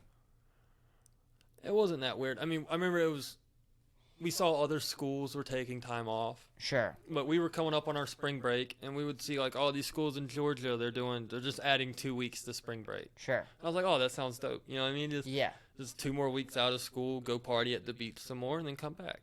And right. I was like, you're not coming back. No. Which I feel bad for the graduating class before me, because I got to actually graduate. I graduated in the Jacksonville Jaguars football stadium. Oh, really? Yeah. That's crazy. But like the graduation class before us, they had to sit at home and just watch like a slideshow of pictures of themselves. That is terrible. Yeah, and I was like, I was never really big on, hey, let's walk across. You know what I mean? I didn't care too much about actually doing the walk and everything, but it was still nice to have it. Yeah, I didn't give a fuck about high school shit either. Right. And then being in the Jag Stadium was incredible. Oh yeah, that had to be a mind-blowing experience. But that wouldn't have happened without COVID. Right. Because they had a venue that they always did. It was an inside venue. It's still a big venue, but it was an inside one. But like, COVID's going on and everything. So we got to sit on the 50-yard line to graduate high school. Dude, that is amazing. A buddy of mine pissed in a bottle on the field. Yeah, that was great. Because he was sitting they wouldn't let us leave. Right. We're sitting in line waiting to go. I mean, waiting to walk the stage. Right. Or sitting in our chairs. And I remember Larry looked down at them. He's like, hey, I got to go to the bathroom. And they're like, hey, you can't leave. And he jokingly went, can I just piss here? And, the teachers, laughed. They're like, ha, ha, yeah, whatever. And they had water bottles with us that we were drinking. And he put it under his gown and was just taking a piss in the middle of graduation on the 50-yard line. What did he do with the bottle after? I think he just left it on the field. Well, I mean, how many people can say that? You know what I mean? He took a piss on the 50-yard line of the Jacksonville Jaguars Stadium. During graduation? I think I have a video of it. Oh. After we're done with this, I'll show you that. Oh, I think yeah, I have absolutely. a video of him doing it. Please. I would love to see that video. That's when I always like it, when graduation time comes up and that memory pops up on my phone. Right. And it's just a picture of Larry pissing on the field. It's amazing. What year were you in when COVID first hit? Junior year? Yes, I was in my junior year. It okay. Was 2020. I graduated 2021. Okay. So everything was still normal for you guys even the next year out. I wouldn't necessarily say normal. Normal. But it wasn't crazy. You mean it happened, the March 2020 or whatever the month was, I can't remember exactly. And then we did online school for the rest of the year after that. Right. And then we came back the next year and it was all, masks. We had blinders up. Okay. Certain classes we had to wear these almost safety shields, where it was on your head and it was plastic in front of you. But besides the mask and the dividers, it was pretty normal. Dude, I don't know. it sucks because I feel like there's so much material from that. Mm-hmm. You know what I mean? How many people went to high school during COVID, but nobody wants to be reminded of COVID. Right. Nobody. Right. I thought that I would be able to like come out of this situation with like, oh my god, look at all this material I have of like COVID or whatever, because I wrote down a lot of it, and nobody gives. Oh, a so fuck. you were doing comedy during COVID? So. How long have you been doing it? So I always say I started comedy at 16 because I wrote down my first jokes and I called like a bunch of different comedy clubs in Boston, but they were all like, "Go fuck off, you're 16." Right. And all the bars are 21 plus there, and they're really strict about that type of shit there. Way more strict than here, and there's Really? no outside venues up there because it's Boston, so it's all inside. Right. Who wants to be outside in Boston? Nobody. Who wants to be in Boston? Exactly. And I say that now, and in like 2 years, I'm living in Boston. Like me, I want to live in Boston. That's. Dude, I mean, the only way you can get like real stage time there is you gotta fucking make it somewhere else. Right. There's not like you can't really, and it's harder to drive there too. There's way more traffic, so it's harder to get around to different open mics as well. I mean, it's not a great place to start comedy in. I have family up there in Massachusetts. Oh yeah, Not in Boston. Right. But in Massachusetts. sure. Yeah, they live in Cape Cod. Oh, Cape Cod. Yeah. That's the rich people land there, and it's not great. It's still. not. It's not. You still would good. you would think with it being like a rich people community, Yeah. like a rich people city, like you would like, oh, it's gonna be really nice. It is okay. It's But fine. you're expecting more. When you hear like the Cape and you hear like people talking about it, you're like, oh, we're going to Cape Cod, and then you go there and you're like, oh, this is just another cold beach. I've always said this. If you really want to know how bad Massachusetts is, go to where everyone talks about. Go to the Cape and look at the best part of Massachusetts, and then you'll go, this place sucks. Yeah. Like, this place really sucks. If you took Cape Cod and put it in Florida, nobody would talk about Nobody it. would care. Nobody would care. There wouldn't be no one would know the name the Cape. No. But because it's in Massachusetts and Massachusetts sucks, that place is amazing now. And the Cape, like I said, it's not bad. Sure. It's definitely not bad. It's a nice little city, but It's fine. you're expecting more. Oh, you're expecting so much more. And you hear, like you said, you hear everyone talking about it. You're like, oh, we're going to the Cape. Oh, the Cape? The Really? Cape? The Cape? Oh. Wow. And then you get there and you're like, oh, this is the Cape. Like you're expecting like almost like like not to do this comparison, but like a superhero cape. And you're like, oh, it's the cape of a superhero. This is crazy. And then you get there and it's just some curtain. It's just a fancy curtain. And you're like, oh, right. it's not a superhero. It's a curtain. No, of course. It's so underwhelming, and the fact that you from Florida know about the Cape. Well, South Carolina. South Carolina. I don't claim Florida. Well, I don't do claim claim Florida, Florida, but I'm from. Yeah. You're nowhere near Massachusetts. Right. Nowhere near New England. But I don't know if I would have heard of it if I didn't have family. Sure, but even then, like, some people know about the Cape Cod, Right. Which is just, it's embarrassing. Mm-hmm. But yeah, no. So I started comedy when I was 16. I wrote down my jokes. I didn't know what I was doing. I wanted to go on open mics, but couldn't really. I couldn't drive yet. And then pandemic hit, so all the open mics were done again. So How old are you? So I'm 19 now. Okay, I was gonna say I knew we were close, but Right. Yeah, I'm 19 right now. And then I started the podcast when I was 17. So I was 17. I was a junior in high school when I started the podcast. Hell yeah. And then at 18, moved down here and did my first open mic. Oh. So that's sort of. And it was at Lazy Days? It was at Lazy Days. Lazy Days was my first open mic. Wow. Yeah, I went up. I didn't know how fucking strict everyone was here. I guess not strict, but, disciplined when it comes to going to the open mics early. That was something I learned really quick. Oh, me too. You think, sign up's at 7, I'll get here at 6:55. Right. And you get here at 6:55 and you're 20th. It's crazy. It's insane. Because you think of comic as, like, unresponsible, drinking. Right.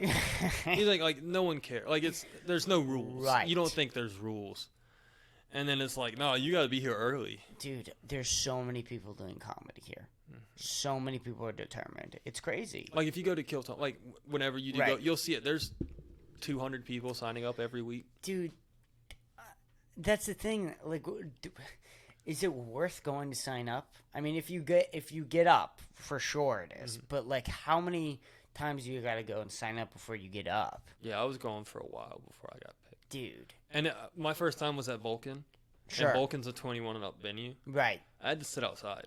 So like I wasn't even allowed in. So I was just, every week I was showing up on Monday and I was just sitting outside talking with the door guy, hoping to get picked. That's crazy. And there was one time when that kind of ice storm came and everything. I remember I was at Kill Tony, not right before the ice storm. Before it like shut down everything, it was just cold as fuck for no reason. I was sitting outside at Vulcan. Like everyone else was inside having a nice time. And I was sitting outside freezing my ass off hoping I got picked.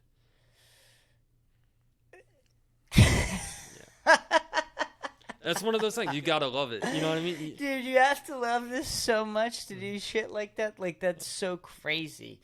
It's crazy when you really, like, step outside and you say it out loud. Right. Like what you just did. You know what I mean? Like, in the moment while you're doing it, you're like, oh, I'm hoping I'm getting picked. Hoping I'm getting picked. I'm hoping I get picked. And you didn't that night. Right. And you go tell, and you tell a non-comic that story. Right. It was like, yeah, for like 2 months, I sat outside this building just hoping to get my name called. I sat out there during an ice storm, and they're like, what the fuck is wrong with you? Right. You sat out during an ice storm to go tell jokes for 1 minute, and it's like, yeah. And it's like, cause why not? I love it. You know what I mean? Like that's one of the things. If you don't love it, like you're not gonna do that. Yeah, no. If it doesn't get you up in the morning, it's just not gonna happen.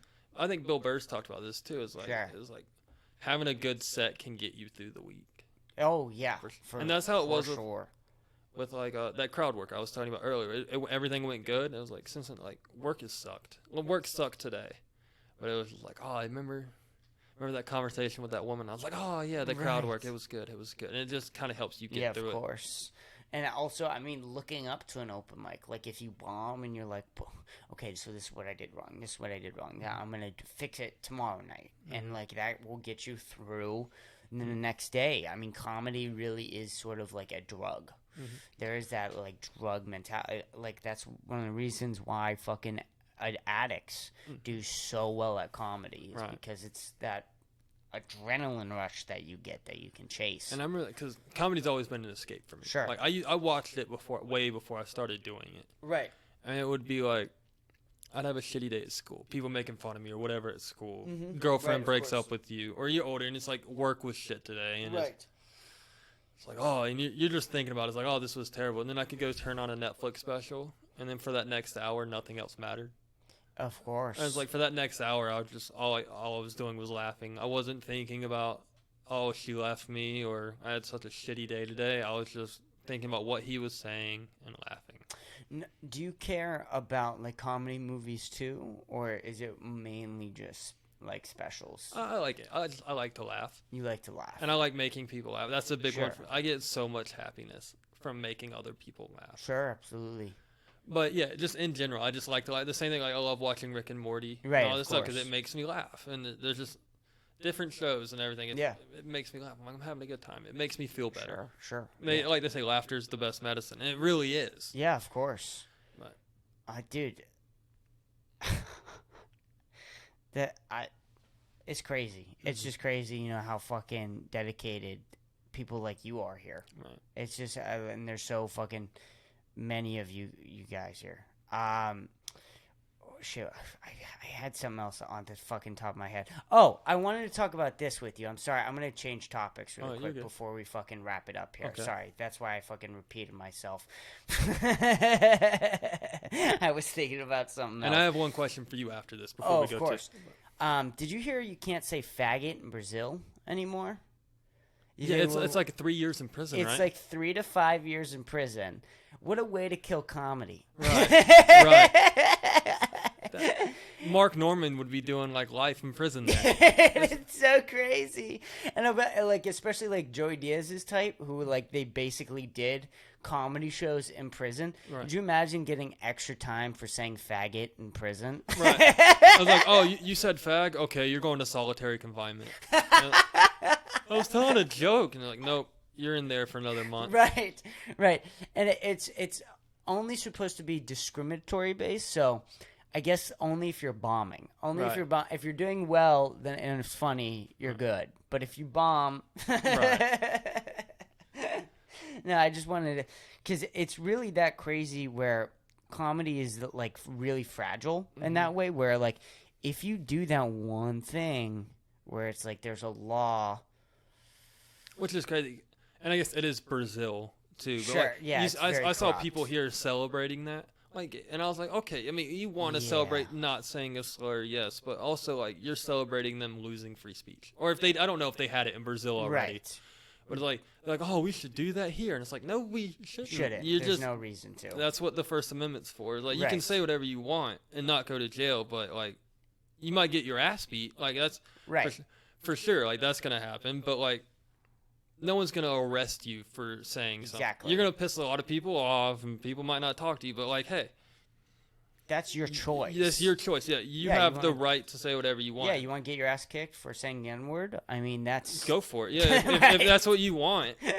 But, yeah. Yeah, and that is crazy because they don't understand that just will come right back to you Mm-hmm. because all of a sudden, like, there's a lot of gay people who think that they should be able to say faggot all the time, Right. Because it's their right, which Right. I'm not gonna, that's I'm Right. not here. I haven't sucked enough dicks. I've only Right. sucked 2. Right. I need more. You got to get to experience. 3 before you can Right. start.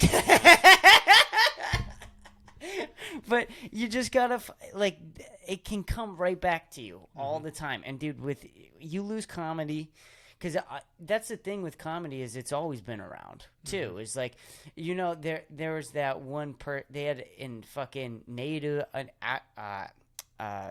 American tribes. They would always have a jester, someone who'd make fun of everything in like that tribe or whatever, Right.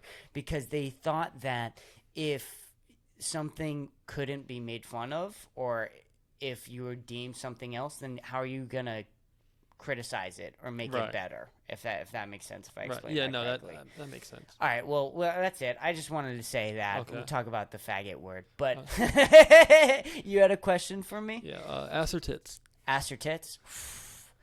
Dude, damn. No one's ever asked me that on a podcast. Dude, it depends on what I'm feeling. I guess most days I'm going to go with tits. Me too. I'm a tit guy. Yeah. We've talked about this at work with some of the guys there. Okay. They love looking at a good ass. And I appreciate a good ass. Sure. You know what I mean? No one's Like, against a good ass. No one is against a good ass. But it's like, right, but it's like, you know what I mean? I'm a tit guy. I like tits. Right. But it's like, nice ass is a nice ass. Right. There's some about tits guys, though. Like, we're so dumb. Do you know what I Yeah. mean? Like, it's so bare I think it's part of the minimum. childish. That's what people, You people are said. childish if you like tits. People are like, I've heard people say that, like, as you get older, you like ass more. And I was like, I don't know about that, man. I'm pretty set on tits, bro. The tits are great. As maturity comes, so does the ass appreciation. I remember I was telling the guy that at work, and he was like, "Oh, you're taking so you don't like ass?" And I was like, "You like?" He was like, "You just like flat ass?" And I was like, "No, I was like I like a nice ass. It's just I prefer tits." Yeah. But yeah, I just wanted to ask you get your opinion Of course, no. I mean, I'm an expert. I consider myself Hell an yeah. expert. 1,000 hours on pornography. Right. You get that. But I do want to start wrapping this up here. Yeah, dude. We fucking thank you so much for coming on. Thank was you for so having much me. fun. This was amazing. Dude. I'm looking forward to starting my own now. Oh yeah, absolutely. You're fucking great at this. Yeah, you thank really you. are. And if you and Will want to come on together, I'll talk to him about that. dude, absolutely, and talk to him about that. If you guys want to come on either before or after you guys record, fucking great practice. You come on. I've always say this: come on here, fuck up here. It doesn't matter. No one's Right. watching. So Hell yeah. please come on. Fucking, I love Will. I love watching him. Fucking do good at open mic. So I love to have him on. I'm excited if you want to come back. Yeah, Anytime, I'll definitely talk. of That would be a course. fun combo episode. Yeah, for sure. So, anytime. Thank you so much for fucking coming on. This Yeah. is episode 145. Do you want to plug anything? Just Instagram, TikTok, whatever. It's Kent Hunter Comedy. Sure. That's all it is. Nothing special. Sounds good. Well, we're fucking looking forward to you coming back on. Hell Thank yeah, you thanks so for having much. me, man. Yeah, absolutely. You have a good one, man. You too, man.